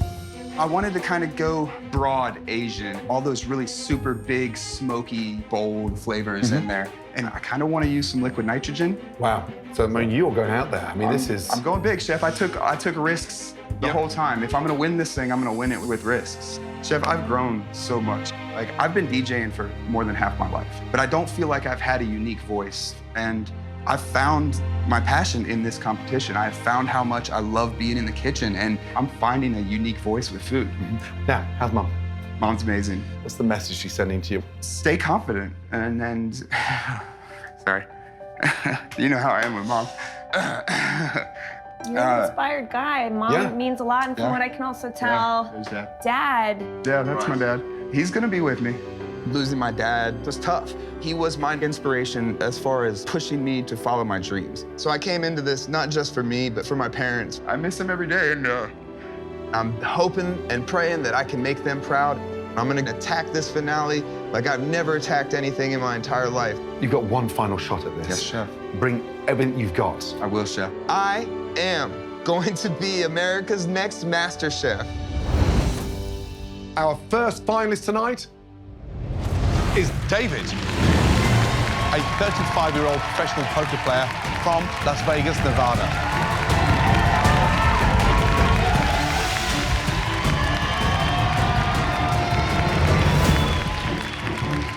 But victory won't come easy.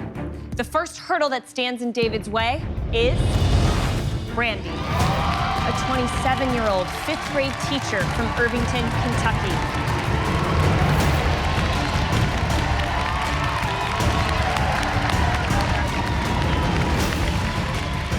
Completing the lineup tonight is Sean, a 33-year-old DJ from Las Vegas, Nevada. Woo! Woo! Let's go! Come on! Woo!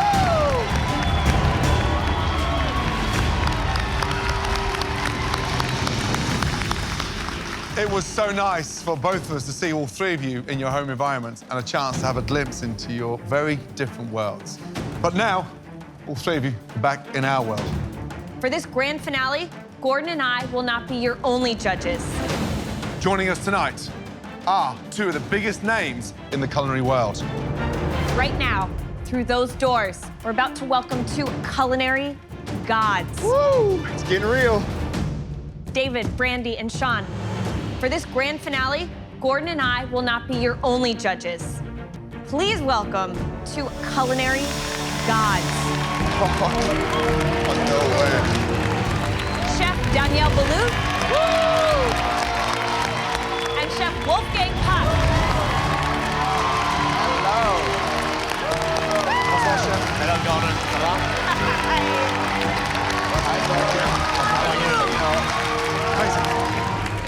Danielle Boulou is considered one of America's leading culinary authorities and one of the most revered French chefs in New York. Tonight, I'm looking for perfection on every single plate. And each plate should tell a story.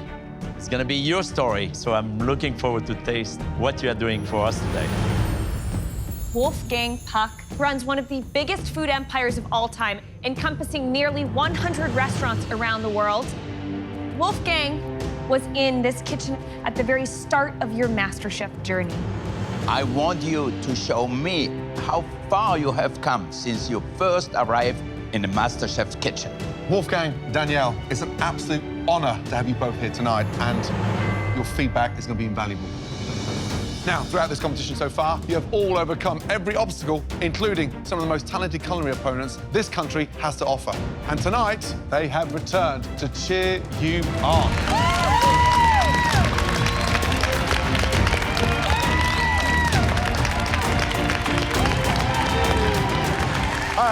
Also, to cheer you on, your amazing families. Sean, your mum, Karen. Brandy, your mother, Jackie. David, your mum, Shirley, and your daughter, Liliana.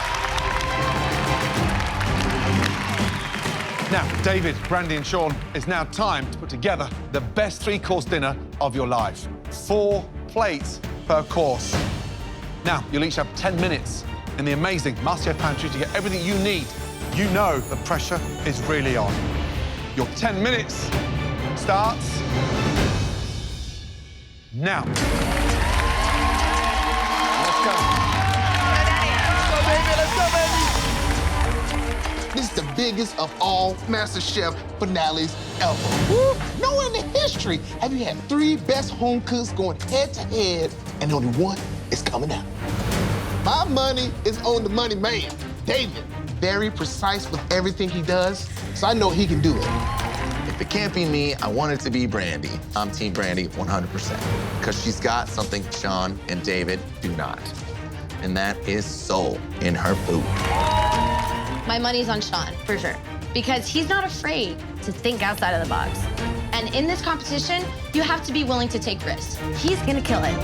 Come on, speed up, guys.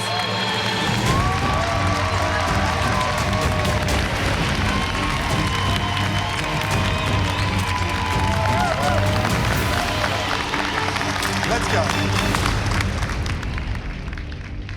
First up, it's now time to put together your stunning appetizer. David, describe your appetizer. My appetizer is a beet-cured salmon topped with a soft-boiled egg and a shredded phyllo dough, served with salmon roe and caviar. Brandy, describe your appetizer, please. I have a bourbon-braised crispy pork belly with an apricot barbecue sauce over a butternut squash parsnip puree and a raw rhubarb and Swiss chard stem salad. Sean, appetizer, describe it, please. Tonight I'll be serving you a miso halibut cheek served on top of a Badouvan carrot puree, and I'm gonna top that with a molecular uni foam and then some beautiful garnishes. My plate's gonna look amazing. Sounds like you're all going big. Good luck. You'll have just 1 hour to make your amazing appetizers. Your 60 minutes starts now. Let's go!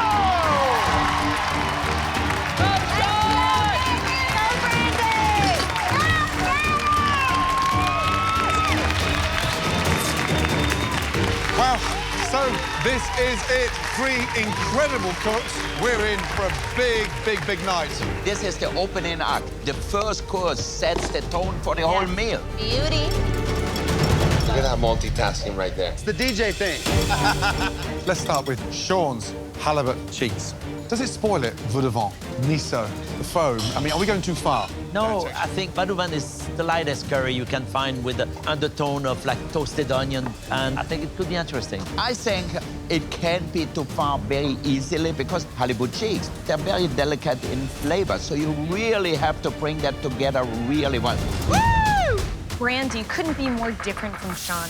She's chosen to cook a pork belly. She only has 60 minutes. How is she going to get it to be luxurious and tender in all of the ways that chefs expect? David's appetizer. So the dish is a beet-cured salmon with a poached egg inside, a nest of filo pastry. What's very important is you need to master the simplicity of cooking an egg. You know, it's an easy thing to mess up. To just cook it right so you can peel it nicely, it's hard. But if you can pull this off, it's going to be a showstopper. Let's go, guys.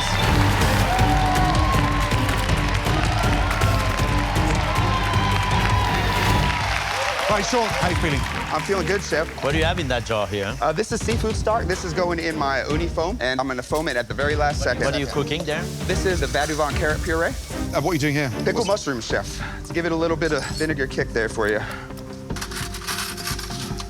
Now, very interesting. A lot going on there. Why is something so complicated? Chef, have you known me to not take a risk? Yeah, but there's 3 courses. But this is MasterChef finale. We got to wow you on all 3 courses. I'm excited to taste your dish. I'm excited for you to taste it, I Chef. see a lot of contrast of like I texture, said, flavor, and...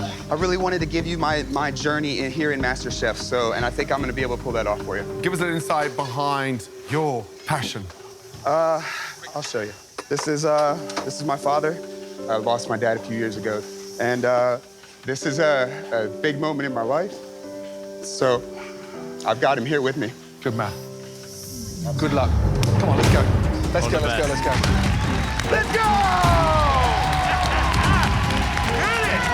Halfway, guys. 30 minutes remaining. Come on. Hello, Brandy. How are you? Now, you're from Kentucky. Don't you got to put a little bourbon in it or something? There's like bourbon in here. There's bourbon in there. Okay. I've got bourbon over there. Okay. What element of the dish for you are you most worried about? Is it the texture of a pork belly? That's definitely what I'm most worried about, is that pork belly being pork tender. But this is the finale, and, you know, it's go big or go home. Brandy, stay focused. Good luck. Thank you, Chef. Bye, Brandy! 20 minutes remaining.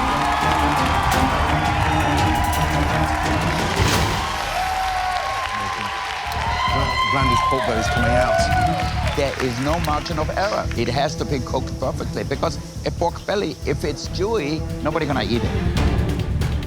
Oh, my goodness. Come on, come on, come on. Oh, he's tender. Come on, guys. Seriously? That is beautiful. Look at, whoa.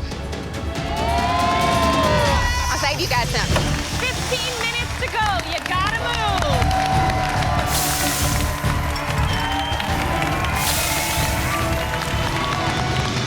Right, David, the idea behind the dish was what? I'm not a big eater of salmon, but my daughter loves it, and I knew I wanted to kind of do something for her. Are you putting something between the eggs and the phyllo? This is a traditional egg wash with a little olive oil and salt and pepper. Very nice. Now you're up against tough competition. You heard Brandy's pork belly, Sean's cheeks. What do you think of the sound of those dishes? You know, don't sound as good as my dish.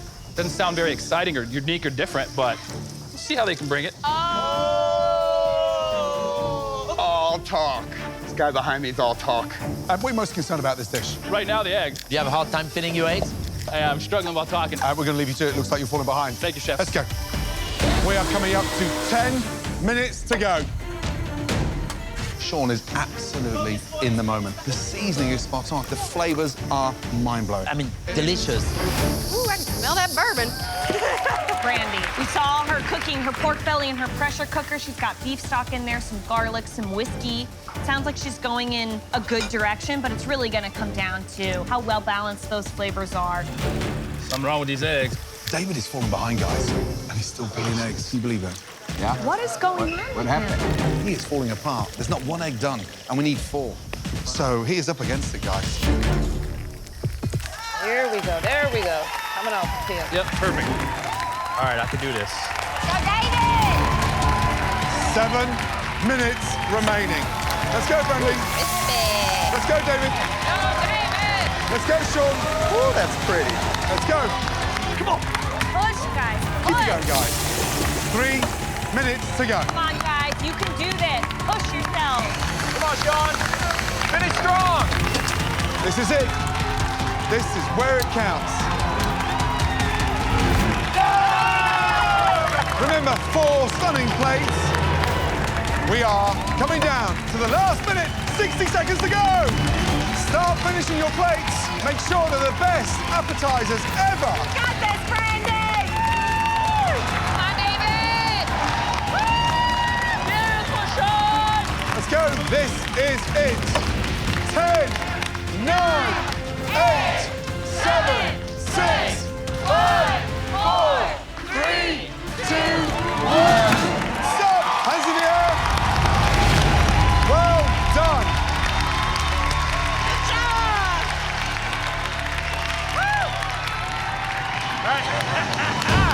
An incredible 60 minutes. Sean, Randy, David, please, very carefully bring those stunning appetizers down to the front.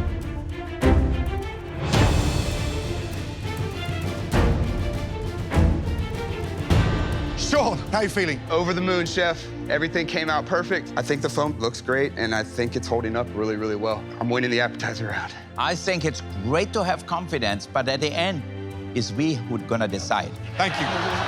Thank you very much. Brandy, you happy? I think I did a really good job balancing the acidity and the sweetness with the fattiness of the pork belly, so I think you're gonna be really impressed with it. David, what do you think? You have the best appetizer? Based on looks, I think they all look great, but I do like the lightness of mine. They look more like meals, the other plates. Look a little heavy. My family'd still be hungry if they ate this. All 3 of you, please, very carefully bring those stunning appetizers in to the MasterChef restaurant. Let's go. This is absolutely the most important tasting of my life.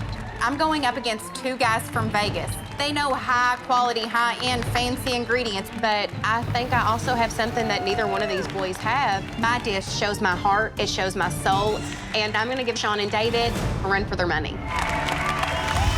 Well done. Now, for the most exciting part, the tasting of your stunning appetizers. Brandy, please bring your appetizers forward. I'm very confident that my food is great. The balance of flavors are excellent. I have acidity, I have rich fattiness, and I hope I can prove to the judges that you can take simple Southern ingredients and make them high-end. Brandy, please describe your appetizer. I have for you a bourbon braised crispy pork belly glazed with an apricot barbecue sauce over a butternut squash parsnip puree with a rhubarb Swiss chard slaw on top. Looks beautiful. The colors are very stunning. They pop. Thank you, Chef. Why did you choose to plate the pork belly the way that you did? I wanted to take a really cheap cut of Southern meat and show how it could be elevated into something more. It's kind of like I put myself on the plate. I came here as this small-town Southern cook, and you guys took me and molded me and elevated me into something more. I'd say that's a pretty tender pork belly. I was worried that it would be luxurious and rich in a way that would weigh me down, but the acidity, the sweetness, and the savory nature of that very tender pork belly are executed very well. Thank you, Chef. Why parsnips and butternut squash at the same time? Completely 2 different vegetables. But they taste so good together. Just ask Daniel Beaulieu. After having tasted my puree, what would you do? I think it's hard to tell if there is butternut squash as much as it's hard to tell if there is parsnips. But the 2 together give a flavor. Mais non, arrête. And the acidity. No, mais why are you against parsnip? La même temps, quand même. Butternut squash. Imagine Why ça, not? on fait ça en cuisine chez vous, là. Hey, I want to understand what you're saying. Non, chez vous. C'est pas mon restaurant. Oui, c'est ta standard. Parsnip. Okay, Randy. No, They ensemble. said they really love it. You know, they speak it in French, they don't want to tell you. Jamais, jamais, jamais. They said, j'aime, which means I love it, I love it, I love it. Oui. Brandy, I love your dish. It was very refreshing for a piece of pork to be braised at the end, glazed like that. You know, I tell you, no matter what Gordon thinks, to me, it's a very well executed dish. I think the puree is really perfect. Why? Because the parsnips give it consistency. They have starch in it and also sweetness. So to go it together, it made it actually creamier than just the butternut squash. And I really thought I don't gonna like the raw rhubarb.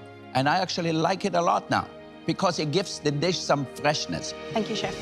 Brandy, first off, pork belly, delicious. Let's get that right. Nailed beautifully. Glazed, sweet, unctuous, sticky, really beautiful. Thank you, Chef. Puree, it's a no-go because you can't identify what it is.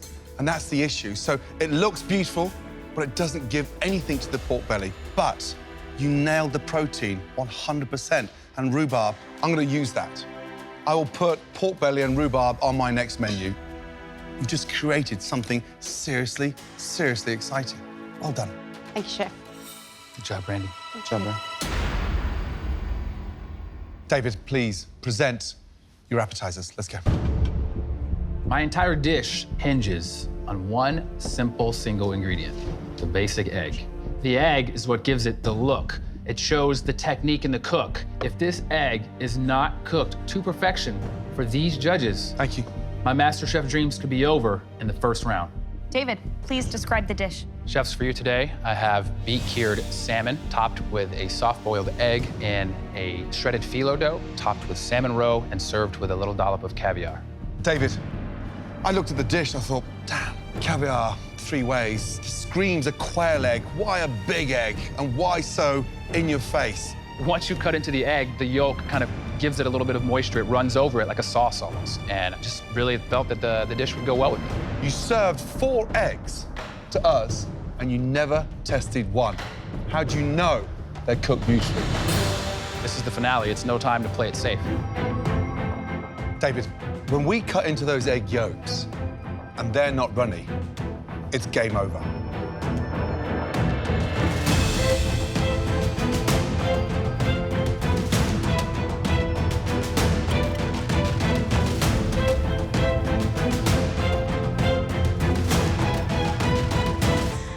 You've nailed it. Young man, you've got balls the size of ostrich eggs. 4 for 4. Thank you, Chef.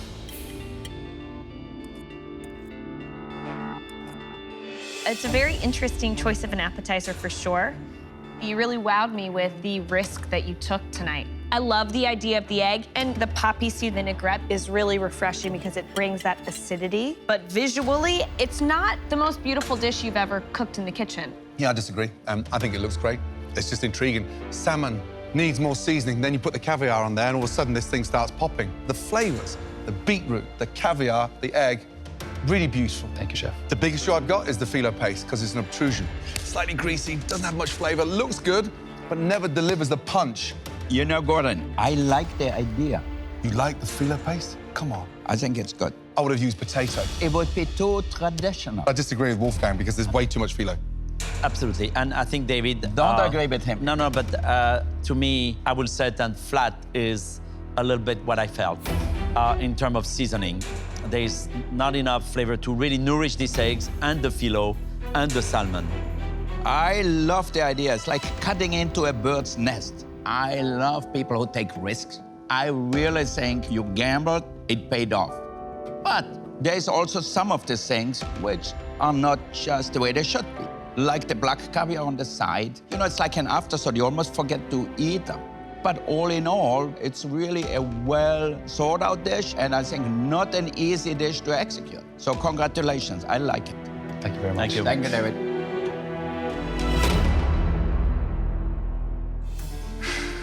Sean, please bring your dishes up.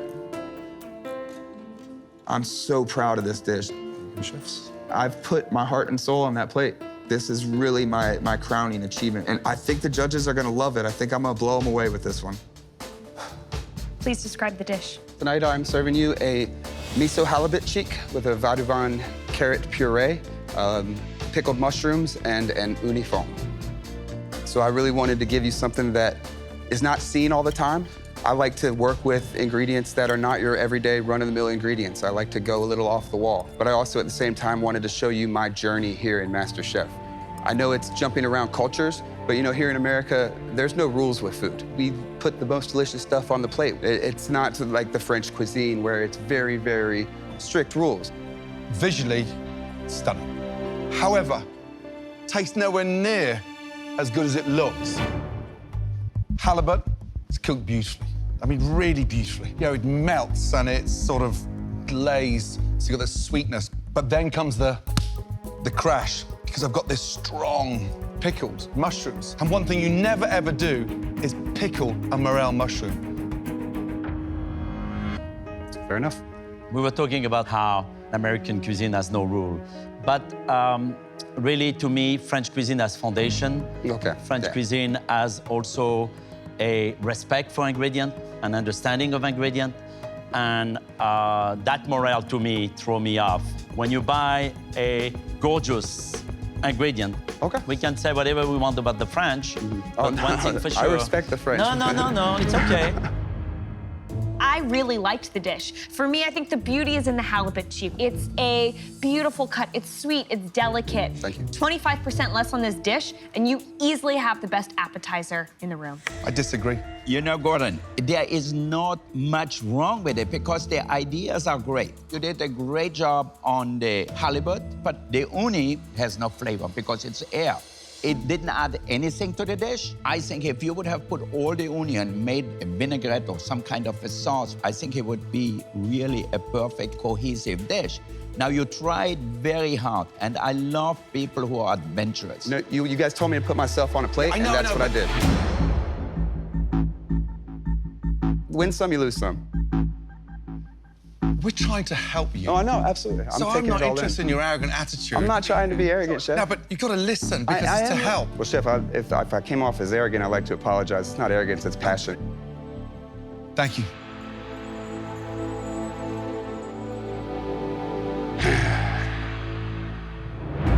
Sean, Randy, David, please go back into the kitchen and get ready to start cooking your entrees.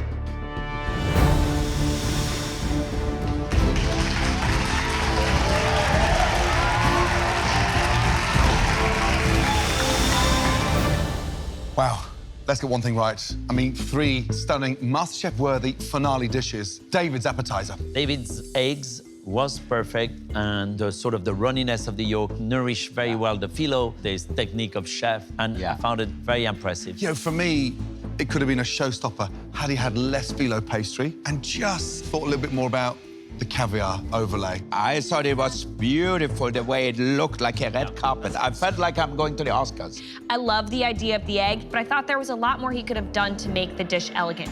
Brandy's appetizer, I think the pork belly was light, it was tart. I would have loved the pork in smaller portions because it is an appetizer. Brandy Mudd tonight came up with a combination that every chef in this country is now going to cook because it was absolutely delicious. I definitely like what you did. Sean's halibut cheeks. Honestly, it was like something out of both your restaurants. I mean, beautiful masterpiece. I think Sean was daring in what he did, and he was trying to wow us with his creativity. I think that the issue with Sean's dish was he lost his focus. He was so intent on doing so much over 60 minutes. I don't know what went into Sean's head to pickle the morel and the mushroom because they tasted like vinegar, and it made no sense. I still think it's anyone's game. But I'll have the disadvantage because my freaking appetizer. I'm on the bottom as far as appetizer goes, so if this entree doesn't blow them out of the water, I'm done. Game over.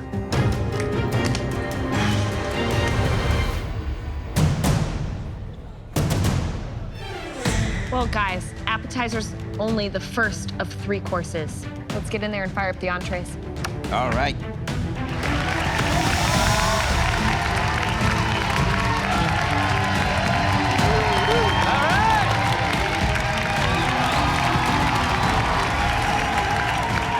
David, Brandy, and Sean, it's now time to get started on those incredible entrees. Your 60 minutes starts now. Keep it going, guys. the best thing you've ever done. Come on.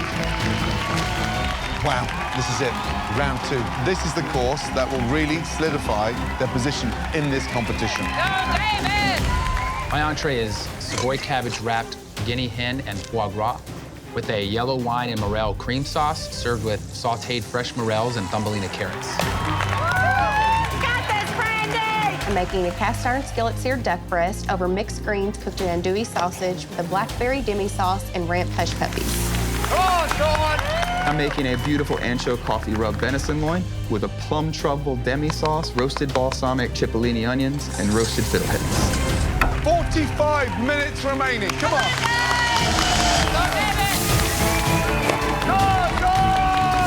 Let's go!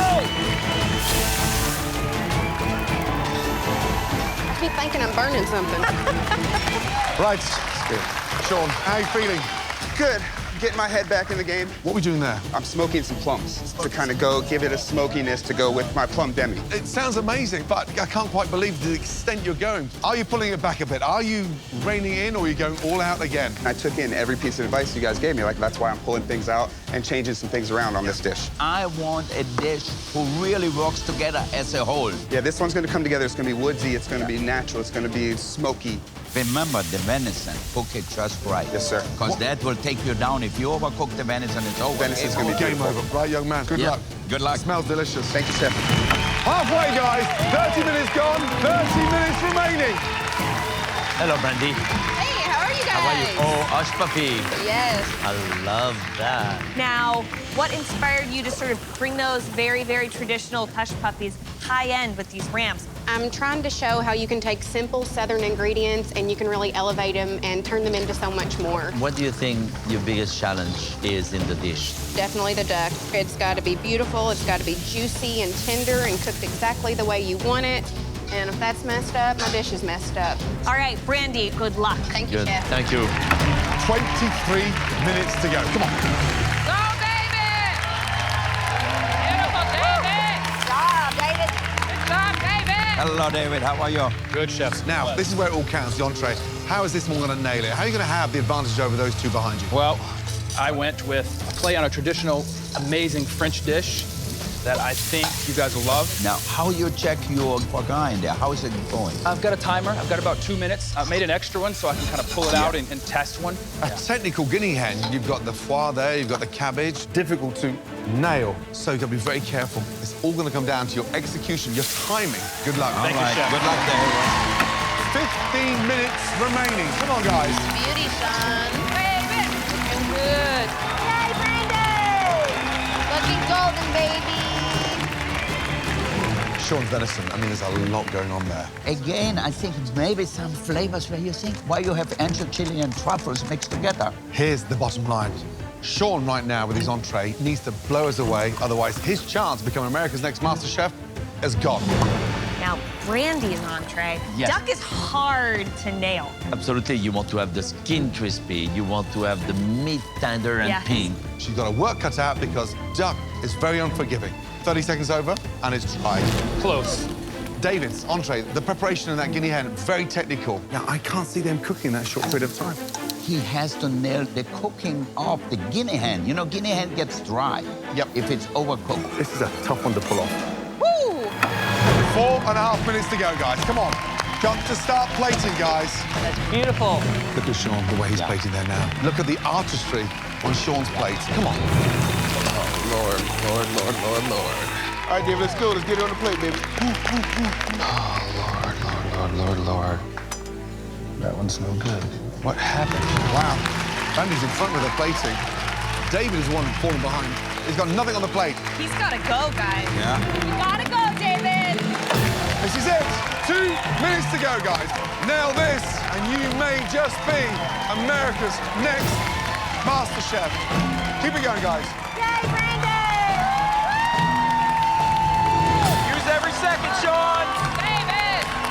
Come on, down to the wire. Come on, guys. Keep it going. Great job. Come on. Speed up, guys. David! Come on, guys. Please, finishing touches now. He almost stopped the whole tray. He's flustered. Look, he's all over the place. Here we are. 60 seconds to go. Let's go. What is he doing? He's falling apart. I don't think he's gonna finish on time. Oh, David. Next time, the world's biggest cooking competition continues as the 3 best home cooks in America battle it out over the final 2 courses. Come on, John! All ending superb. This is stunning. I'm blown away. This might be it. In the closest result. Who's your choice? In MasterChef history. Wolfgang. I don't know. Damn. The winner of MasterChef is... 1 potato, 2 potato. Previously on MasterChef. Welcome to the grand finale of the world's biggest cooking competition. Let's go! The 3 best home cooks in America faced off over their appetizers. Randy wowed. I love you, dish. David delivered. You gambled, it paid off. But Sean... You've got expensive ingredients, but they don't go together. Stumbled. You guys told me to put myself on a plate, and that's what I did. Tonight, just 2 courses remain in the battle for the ultimate culinary crown. Come on, John! All ending superb. This is stunning.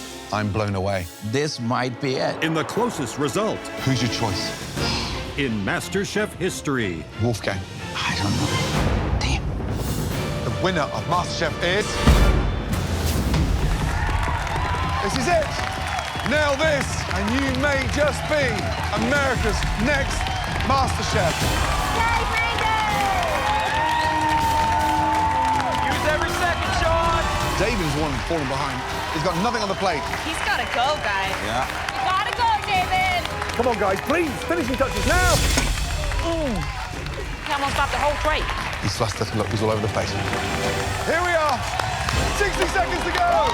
Let's go. Come on. He's falling apart. Oh, David. David! 45 seconds to go. Keep working. Laser focus. David has now started to plate. Finally. I got this. 15 seconds to go. Come on. Come on, John. There you go.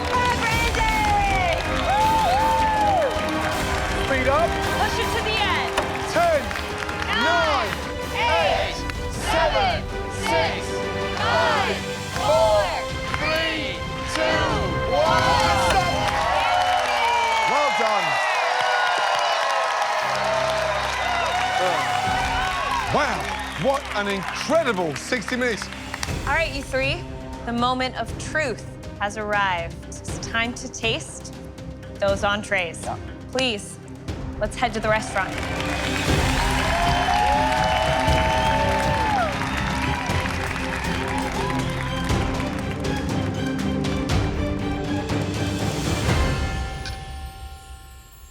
Right, you 3, well done. Sean, please present your entrees, thank you. The judges didn't care for my appetizer, so this entree has to be my comeback. Your chefs. Everything's on the line on this dish. Like, if I don't knock this out of the park, there's no reason for me to cook dessert. Wow. Visually, it's breathtaking. Thank you. Describe it, please. Coffee ancho, spice-rubbed venison loin with a plum venison demi, garnished with some balsamic cipollini, some smoked plums, garlic shallot cream, some truffle, and some nice, beautiful fiddleheads. I can smell the truffle, I can smell the spice, I can smell light smokiness. What's smoked on here? I smoked the plums. I didn't want to overpower you with the smoke, so I just gave you the smoked plums, so you have that tartness, but you also, at the back of your palate, you should get that smoky essence.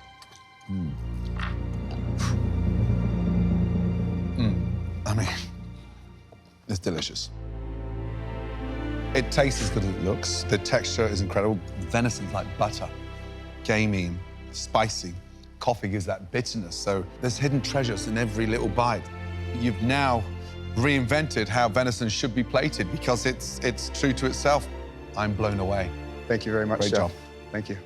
When you described the dish, I was worried about the chanterelle and the truffle, but the harmony in this dish is exceptional. Everything has its place, and everything play a nice role together. Compared to your appetizer, I think you understood harmony and respect of ingredient. Well done. Thank you, Chef. I needed a big one today. You know, Sean, they made a movie called The Perfect Storm. I think this is the perfect forest. I think when you look at forest on a plate, this might be it. Thank you, Chef. I love the onion. I think the onion, they taste caramelized with the balsamic vinegar, a little sugar. And I really love the color of the fiddlehead ferns because it really brightens up the whole dish. But if I would think one thing, I saw you smoking the plums. I don't think he does that much to it, really, to the dish. Did you test them individually? But for sure. If not, I wouldn't talk about it. I love it. I love it. I don't think he does that much to the dish. Okay. But at the end, it's really the venison. The rub is not overpowering, so it came out really, really as a stunning dish. Thank you, Chef. I love the restraint that you showed with that black truffle. That black truffle almost mimics the shape of the plate. I think it's elegant. I think it's very thoughtful. It's very dreamlike in a beautiful way. The venison is cooked beautifully, and it's great to see you change direction like that so quickly from course to course and really prove time and time again that you are a great student. I'll never give up, chefs. Thank you, Sean. Thank you, chefs. Nice job, Sean. Whew, thanks, guys. Whew. Oh, I needed that. Brandy, please present your entrees. Thank you. I've put myself into this entree. I've taken simple Southern ingredients, I've elevated them. Who would think that you could put a hush puppy in a MasterChef finale? But I've made it beautiful on this plate. Brandy, please describe the entree. Thank you. I have a cast iron seared duck breast over andouille mixed greens with a blackberry demi, ramp hush puppies, and pickled white strawberries. Brandy, the hush puppy looks like a falafel to me, but I can't wait to taste it. Falafel? Seriously? Put your glasses on, Grandad. So, Brandy, are you happy with the look of this entree? I am happy with this. I think that the elements of my dish were hard to make beautiful, but I think that I put a lot of finesse on the plate today.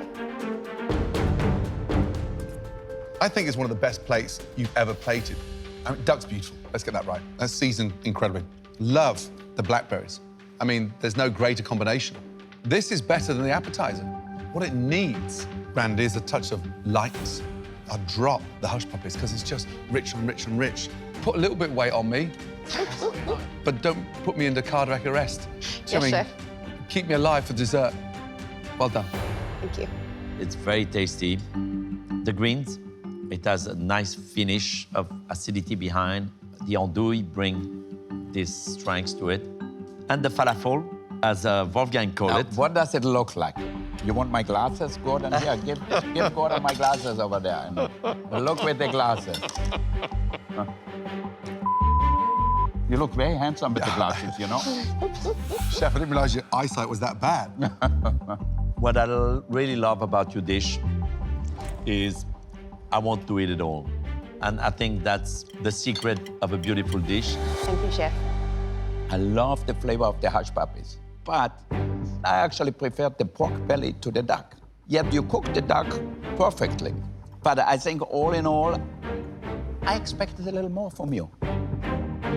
Brandy, I thought some of the flavors on your duck entree were delicious and worked really well together, but I disagree with Gordon 100%. It's by no means your most beautiful entree, and to be quite honest, it's not a strong visual presentation at all. I disagree with Christina, because that's I think this is beautiful, and I think this is you to a T. And Christina needs to get her eyes tested quickly. I think it's what you say. What, you're saying this looks ugly? It doesn't look terrible, but it doesn't look beautiful. I'd rather a plate that looks less elaborate and tastes phenomenal. Thank No, you. but it can't look gray and brown. Gray? And listen, Brandy, Sometimes. I love you guys, all of you. Great. Great it's not. Delicious it is. Thank Christina has the last word. Needless to say, we're all very passionate about what you put Honest. forth before us tonight. Thank you very much. Thank you. Taking a drink. David, please present your entree. Thank you. My entree course is disappointing. I wasn't able to roll my cabbage rolls tightly enough, and it took me so long that I couldn't get them in the water bath in enough time. So I'm a little worried that my hen is not cooked to the correct temperature. Describe the dish, please. For you, I have Savoy cabbage wrapped guinea hen and foie gras served with a morel and yellow wine cream sauce. with sautéed fresh morels and thumbelina carrots. You're not happy with this. Correct. You've got the right to be pissed off. David. Yes, chef. Come here.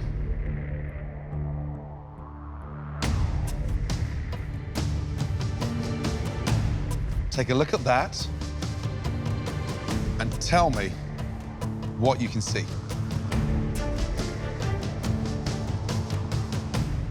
It's maybe a little bit pinker than I intended. That is not a little bit pink. This is rare. That's rare. Thank you.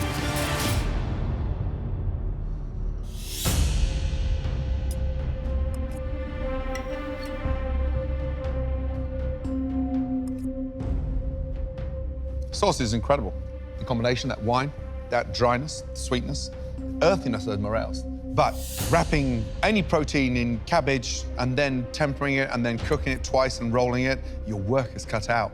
And you need to have made 200 of these to nail it because it's unforgiving. Understand why you put your neck in the noose. That's you. Unfortunately, your hand's not strong enough because it's such a technical dish to pull off. Really technical. Thank you, chef. The seasoning is perfect. The sauce is superb. And Gordon will agree with me. In French cuisine, sauce can count for 75% of the success of a dish. And I think here, you really proven that you were a very, very good cook and you could make a fantastic sauce also. Thank you, chef. You're like an artist who walks on the high wire. So if you walk on the high wire, you better be good. If you fall, it's the end. I don't think you fell here. My guinea hen is actually cooked really perfectly. Would I have loved a little more foie gras? For sure.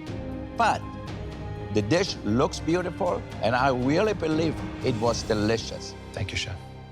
David, I think the flavor of the dish is delicious, but there are a few shortcomings that are pretty blatant here. It's clear that you still remain a technician in terms of flavor, but you fell a little short in terms of technique with the preparation of that protein. Thank you, David. Thank you, chefs. David, Brandy, Sean, it is time for dessert. Why don't the three of you head on into the kitchen and get ready for that dessert Thank you, course. chefs. Thank you, chefs. Thank you.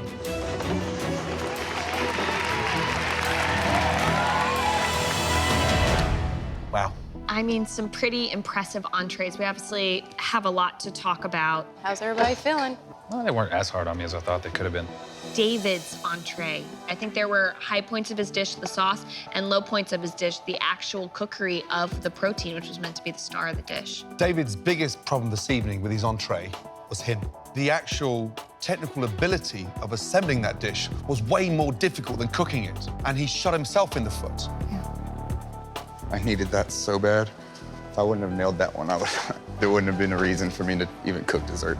Sean delivered in the entree. I never saw venison presented this way.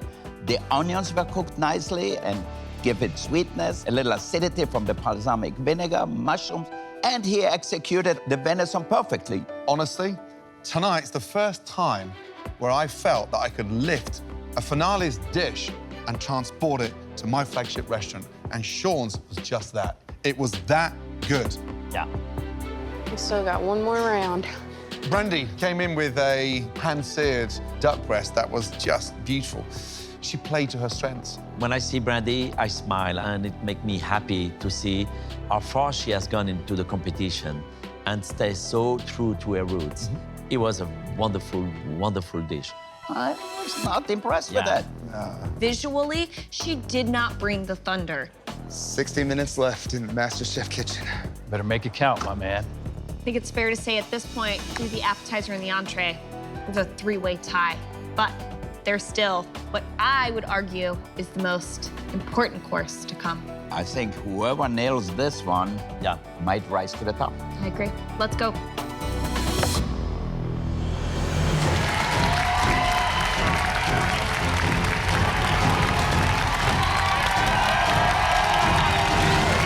David, Brandy, and Sean, 2 courses in, 1 to go. Right now, if you had to ask me, it's wide open, ladies and gentlemen. The pressure is really on So now, your desserts. Are you ready? Yes, Chef. Chef. Your 60 minutes starts now.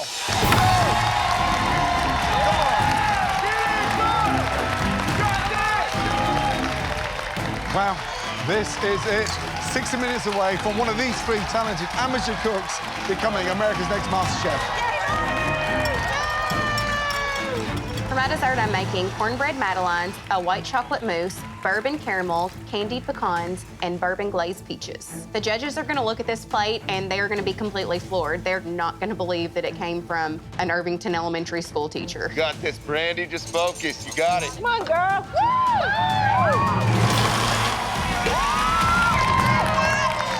For dessert, I'm making a glazed and stuffed fresh cherry served with a chocolate cremeux, a kirsch chantilly whipped cream, cherry puree garnished with a cookie crumble and popping rocks. My dessert is very complex. There's lots of technical aspects in it. If executed properly, there's no beating my dessert. Oh yeah, that's perfect. For my dessert, I'm making a salted caramel chocolate tart with a raspberry coulis. I needed to nail the entree after the stumble with the appetizer, and I'm back. There it is. Brandy and David better bring everything they know to take me down, because I'm motivated. I'm ready for this. The MasterChef trophy is coming down to dessert. Get it, Wow, 60 minutes away from one of these three talented amateur cooks becoming America's next MasterChef. A killer dessert from any of the three home cooks could nail the win. You got this, Brandy. You can do it. Sean, Chef Tosi. dessert, come on. This is your dough? Yes, ma'am. It's a chocolate almond dough. Okay. I'm actually reining it in a little bit on my dessert. I'm doing a classic salted caramel chocolate tart with a raspberry coulis. Now, why decide to play it safe in the dessert course? Well, I said simplify. I didn't say safe, because this thing might not set. So my timing's got to be right. And how long do they need in the oven? They need probably about 10 to 15 minutes. And then you got to chill them down and fill them. Like I said, simplified, not easy. Okay. You know, sometimes the simple things are more difficult. Absolutely, that is true. because the flaw's shiny and brighter. Sean, your last 40 minutes cooking in this kitchen. Good luck. Thank you.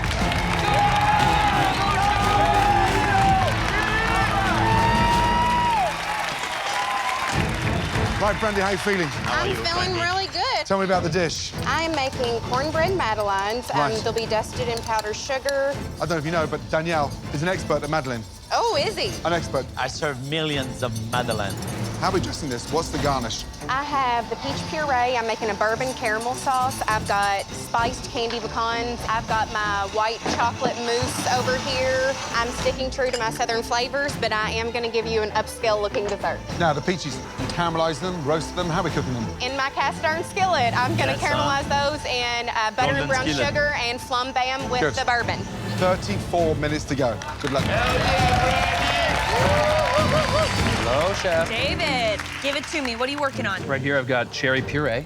Okay. In that bowl, I've got a cherry compote that's gonna go piped inside of a pitted fresh cherry. And then I'm gonna glaze it in my red glaze over here. So it's a cherry stuffed with cherry, glazed with cherry. Well, the glaze is a milk chocolate glaze. Oh, so this is chocolate, but also colored with red. Yes. Look at how shiny and stunning it is. Well, yeah, I think it's gonna be beautiful. And is that some gold decor I see over there? Over there, yeah. So you're bringing us Vegas in this last course as totally. well. Exactly.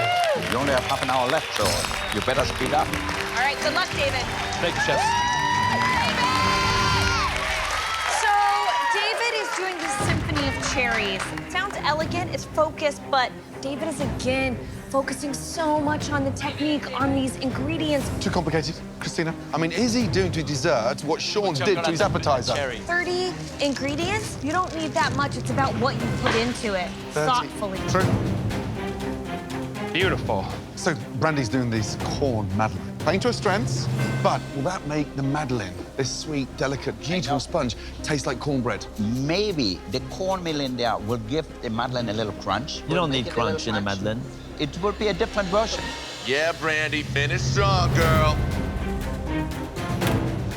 Sean Sean is keeping it simple. A chocolate salted caramel tart. I worry that Sean's playing a little too safe. Sean's Simplicity menu. in dessert could be a winner. I think that's where he's going. I've overcomplicated my appetizer, I've reined it in on the entree, and now I'm just going to give you the best chocolate tart ever.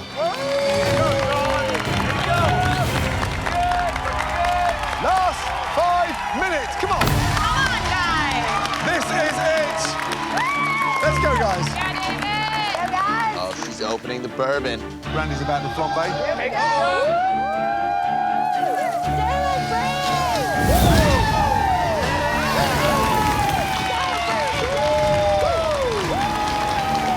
2 minutes remaining, please. Let's go. I'm going to cut this close. You got this, Sean. Oh, I squeezed like a girl there.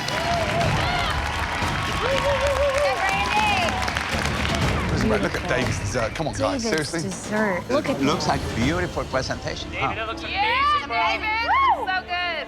That is beautiful. Yeah, it's definitely artistic all the way. Good job, Brandy Mud. Thank you, Sean. There's, Oh wow. my God. Look at Brandy's. Gorgeous. Look at the plating on that. That looks amazing.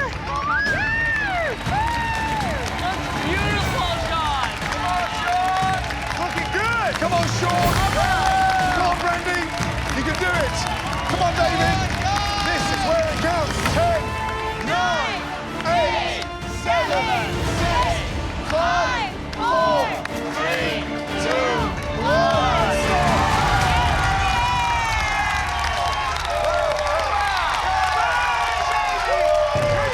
Bring it in, buddy. Oh, man. I love you guys.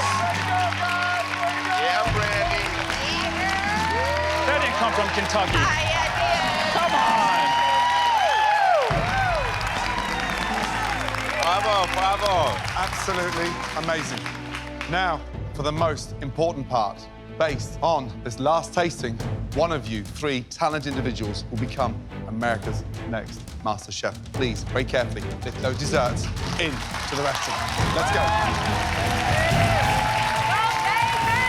Good job, Sean. You got this, Brandy.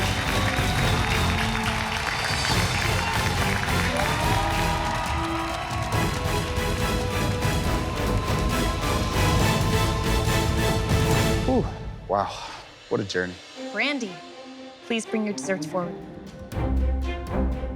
I'm super excited about this dessert. Even though I've got these simple Southern ingredients, it doesn't look like it came from a Kentucky chef. It looks like it came from a master chef.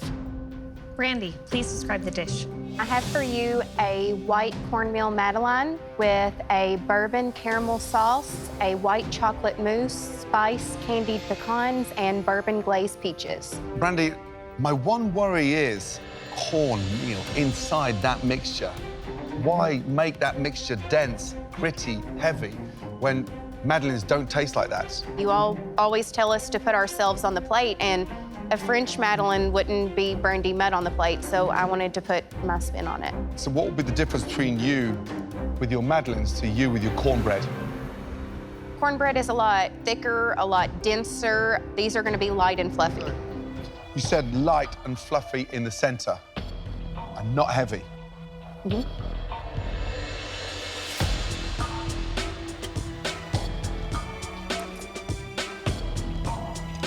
Brandy, let's get one thing clear.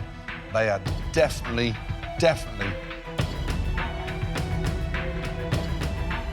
not light.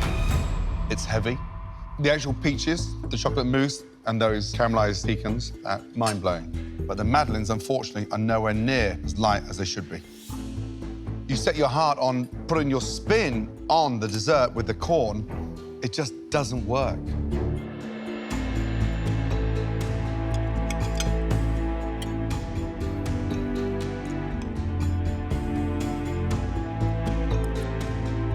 I think, not every madeleine is equal because there's many recipes for madeleine. And for you to put cornmeal, I think it's wonderful. And this is a comforting and yet sophisticated dessert.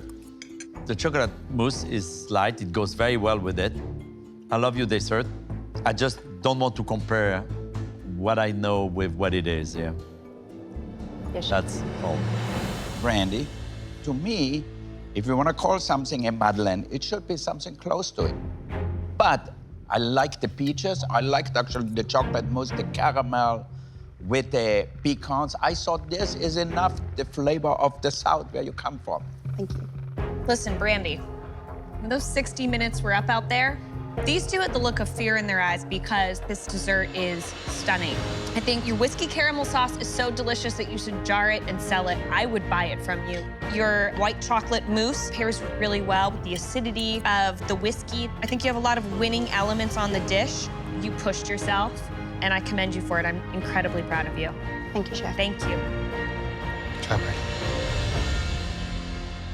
David, please bring your desserts up. My plates are beautiful. There's nothing I would change. I gave it my all. I put my heart and soul in that plate. I focused like I never have in the MasterChef kitchen, and I produced the results. David, please explain in detail your dessert. For you today, I have a fresh cherry, pitted and stuffed with a cherry compote, then glazed with a white chocolate red glaze, a chocolate cremeux, a kirsch chantilly cream, garnished with a cookie crumble and some gold popping candy. So there's 9 different elements on this dish. Why? I think they all complement each other well. I mean, the textures, there's so many different textures on the plate. The popping candy gives it the crackle. The cookie crumble gives it some substance. The airiness of the chantilly cream, the smoothness of the mousse, and then the bite of the cherry with the tart taste. I tried it without certain elements, and it always needed something more. But once I put them all together, it really felt like it was complete. Looks beautiful. Thank you, Chef. David, visually a stunning dish. And once you eat everything together, the cremeux, the whipped cream, the cherry compote, and the cherry with the sour cherry filling in it, I think it's a great marriage of different textures and flavors together. So to me, that's what a dessert should be like. Full of flavor, not too sweet, and just enough so that you want a little bit more. Visually, you really hit the nail on the head. I love the classic cherry and chocolate combination. I think that your chocolate crumbs brought a nice surprise texture that I thought was very welcoming. It's certainly thought-evoking, and that in and of itself is definitely an accomplishment. Thank you, Chef. David, the menu you did was a little bit heavy front, and the middle you kind of catch up pretty well, and you want to finish with just lightness. And I think you succeed on that. Taste-wise, very interesting, very intense in cherry. I would have loved a little bit more whipped cream and chocolate, but everything tastes very good and you want to go back and scrape the plate. I like it very much. Thank you, Chef. David, there's good and bad parts of this. And I'm going to start off with the positives. Love the chocolate, love the mousse. It's you on a plate, definitely. It's so nice to see you back with that kind of attitude, because that's what it's got. Now for the bad news. Don't glaze, dip, stuff a cherry unless you can make that cherry taste better than it did naturally just in that. So it's out there, it is good, but it just needs a spine, that foundation that you build out on, because there's little bits of everything. You're scared to be simple because you think it looks inadequate. But I think out of the 3 courses tonight, this is you without a shadow of a doubt. Thank you, Chef. Thank you, David. Thank you. Finally, Sean, please bring your desserts forward. I'm really liking my dessert. It's a pretty simple dish, but the flavor is amazing. That caramel came out perfect. The ganache came out perfect. The tart crust came out perfect. I think I nailed it. Sean, please describe the dish. I did a salted caramel dark chocolate tart with a raspberry coulis. Sean, it looks simple, it looks elegant. My big worry is that this is the kind of tart that you take one mouthful and then push it away because it could be so sweet, so sickly. That's the risk I knew I was taking because it is such a rich dish. But I'm hoping the raspberry kind of comes in and cleans out the palate. Sean, this slice of tart is worth $250,000. Here we go.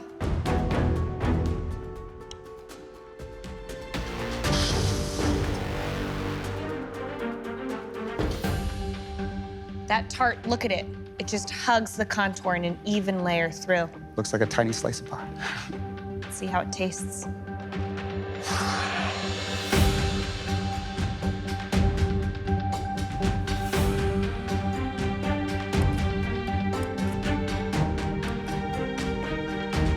Oh, man.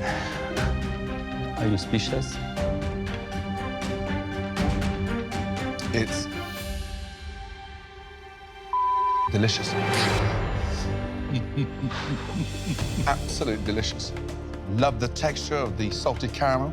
The ganache ratio is spot on. I'm dying to get a second, third, fourth bite. It's not too sweet.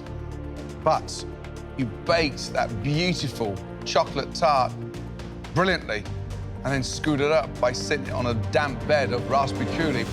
That's the bit I don't get. You know, Sean, I thought that the dough on the bottom is a little undercooked. It's not crispy as I want it to be, but the salted caramel with the bittersweet chocolate actually works so well together, and I don't think I really need the raspberries with it. The dough is good. Considering you had 60 minutes to make this dessert, to make the dough, to rest the dough, to bake the dough, I mean, it was definitely up to a challenge. Yes, sir. And I think you really succeeded in that challenge. Thank you, Chef. The caramel, it was perfect. It's something you go back to it because it's addictive. Sean, from me, you couldn't ask for a more beautiful, delicious salted caramel filling. The chocolate ganache on top is luxurious. I think playing it simple, yet keeping it deep and complex was the smartest move you could have made tonight. Thank you very much, Chef. Thank you. Nice job, Chef. David, Brandy, and Sean, whatever the result, I have never felt any prouder.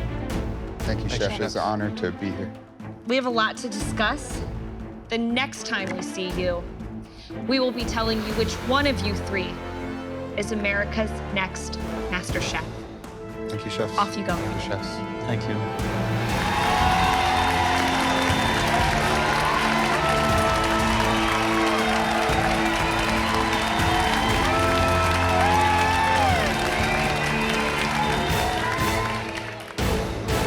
Now, after all these amazing tastings, we have to pick one. We're talking about the complete three-course menu, that meal that each home cook served us this evening. Let's start with David's. He started off with that amazing beet-cured salmon with that soft egg wrapped in the phyllo paste. David's eggs was perfect, and the connection, horseradish, beet, poppy seeds, a pinch of salt over would have helped, for sure, but I found it very impressive. Then we had the guinea head wrapped in Savoy cabbage with foie gras, morel cream sauce, glazed Thumbelina carrots. Talk about ups and downs. The sauce was amazing. The execution of the dish was dreadful. I think he tried to show us that he's a very good technician. I love the sauce. The sauce is important in the dish, yes, but in that case, the sauce didn't save the dish. If the main ingredient is not really right, I mean, you want the Yeah. And then dessert, that incredible looking symphony of cherries. To the eyes, it definitely had that appeal. It just wasn't cohesive. I do not agree with you at all. The cream, the cherry, the chocolate mousse, the chocolate. There was not enough thing. chocolate mousse. There was not enough cream. But I tasted. There was not enough crumble. Maybe for you, but I really love to have just one spoonful and say, I'm dreaming. I am so proud, and I hope the judges see the thought that went into my menu and the technique in all my courses. I didn't hold anything back. I took a risk. I tried to be creative. I'm not settling for second place. Brandy, for her appetizer, she gave us the cubes of braised pork belly tossed in that apricot barbecue sauce. The pork belly she nailed. The flavor was incredible. I loved that apricot barbecue glaze. It was light, it was beautiful. And I think that gastric was really the dish. It was delicious. The entree from Brandy, that seared duck breast, wilted greens, ramp hush puppies. The cooking on the duck was brilliant. The flavor profile, we never need to worry about Brandy's flavor. It's there, instantly. The pork belly and then the duck, they were too similar for me to have it on the menu. And then, of course, Brandy's dessert, cornmeal madeleines, white chocolate mousse, caramelized bourbon peaches, and the spiced candied pecans. By far the most stunning dish that Brandy brought us. I thought her whiskey caramel was delicious. I thought her white chocolate mousse was delicious. Corn. I hated the idea of making madeleine with the cornmeal, but at the end, I like what she did. I've grown into something so much more than what I was when I came here. I'm not just a small-town Southern cook anymore. My plates look like they came out of a Michelin restaurant, but at the same time, I've stayed true to my roots, and I believe that I deserve to win this. Sean, now, those amazing halibut cheeks marinated in miso, and then those pickled mushrooms, then the uni, and then the foam. The hero was nailed beautifully, but he went way off piece, and he got too excited like a kid in a candy store. I was confused. He got so caught up in the emotion of the story that he wasn't thinking enough like a chef. And then, following that, was this incredible venison loin. The venison worked. He had every note on that beautiful wooden board that harmonized. This one had color, texture. It had the whole thing, the whole shebang, as we say. And then dessert, that salted caramel tart with that raspberry puree. He had a great balance of flavor in that salted caramel filling. He had a nice, rich, smooth chocolate ganache, and the raspberry coulis brought the acidity that was needed. Pure simplicity is the harder thing to do something simple and restrained like that. Pretty impressive. I think I deserve to win because we've all had our flaws, but I was definitely the only one who adapted and who took the critiques and changed their path. Now it's all in the judges' hands, and I respect their decision, but I think I did enough. MasterChef, it's about someone who show passion, technique, creativity, and something where you haven't seen. Whose three-course meal do we want to eat again? Nobody nailed all 3 courses. Let's get that right. Agreed. So who had the best 2 courses? Wolfgang. You saw them all from the beginning. Who's your choice? I don't know.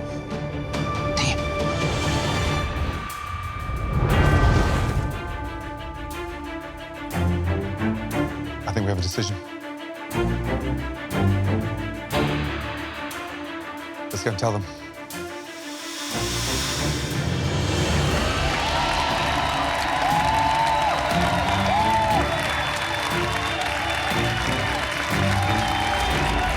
I'm just Brandy. I'm just a teacher from Irvington. That's all I am. There's no bells and whistles. I want everyone to see that you really can do anything that you set your mind to. I don't want to let my daughter Liliana down. I'm sure she'll be proud no matter how it goes, but I really want to be able to take that trophy home and let it sit in her room, let her be proud and tell all her friends that her daddy is the next MasterChef. Winning this competition, I'm gonna make everybody that was cheering for me proud. From my mom to past contestants. I'm gonna make Vegas proud. And I'm gonna make my dad proud. Sean, Brandy, David, let's get one thing straight. All 3 of you have grown so much across this competition. Tonight, you 3 proved beyond a shadow of doubt that you are definitely the 3 best home cooks anywhere in the country. That's why we'd like David, Brandy, and Sean to switch places with us, because that's where you belong. Please, come over.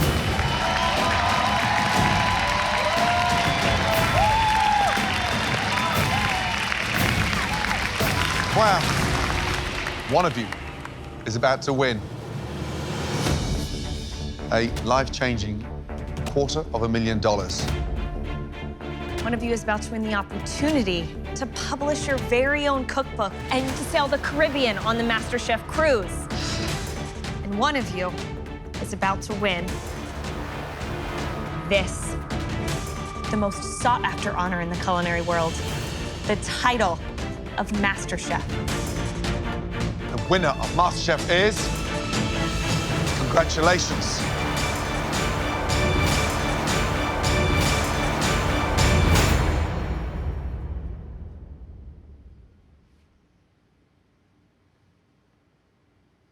Sean!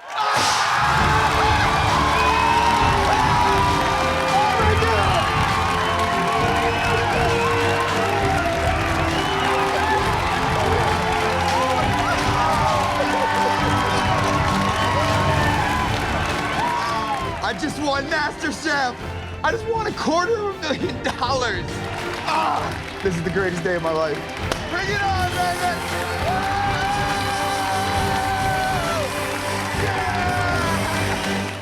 I think I'm done with DJing. My heart is in food. My heart is representing MasterChef. I feel like this is what I was put on this planet for. My father was pushing me on. He'd be so proud. I wish my dad was here big time, but he is. I love you. Sean was a great chef from day one, and he executed and performed in the finale, and he deserved to win. I gave it everything I had, it just wasn't good enough to win. I'm happy for my Vegas brother. You know how much I love you. You are so amazing. Don't you ever stop what you're doing. I'm proud that I've shown my students and my kids that they can reach their dreams and they can get out there and they can do whatever they want. You know, I'm glad that I put myself out there. I'm glad that I took the risk. This changes my life. This changes everything. All my dreams came true today. All of them. I am MasterChef!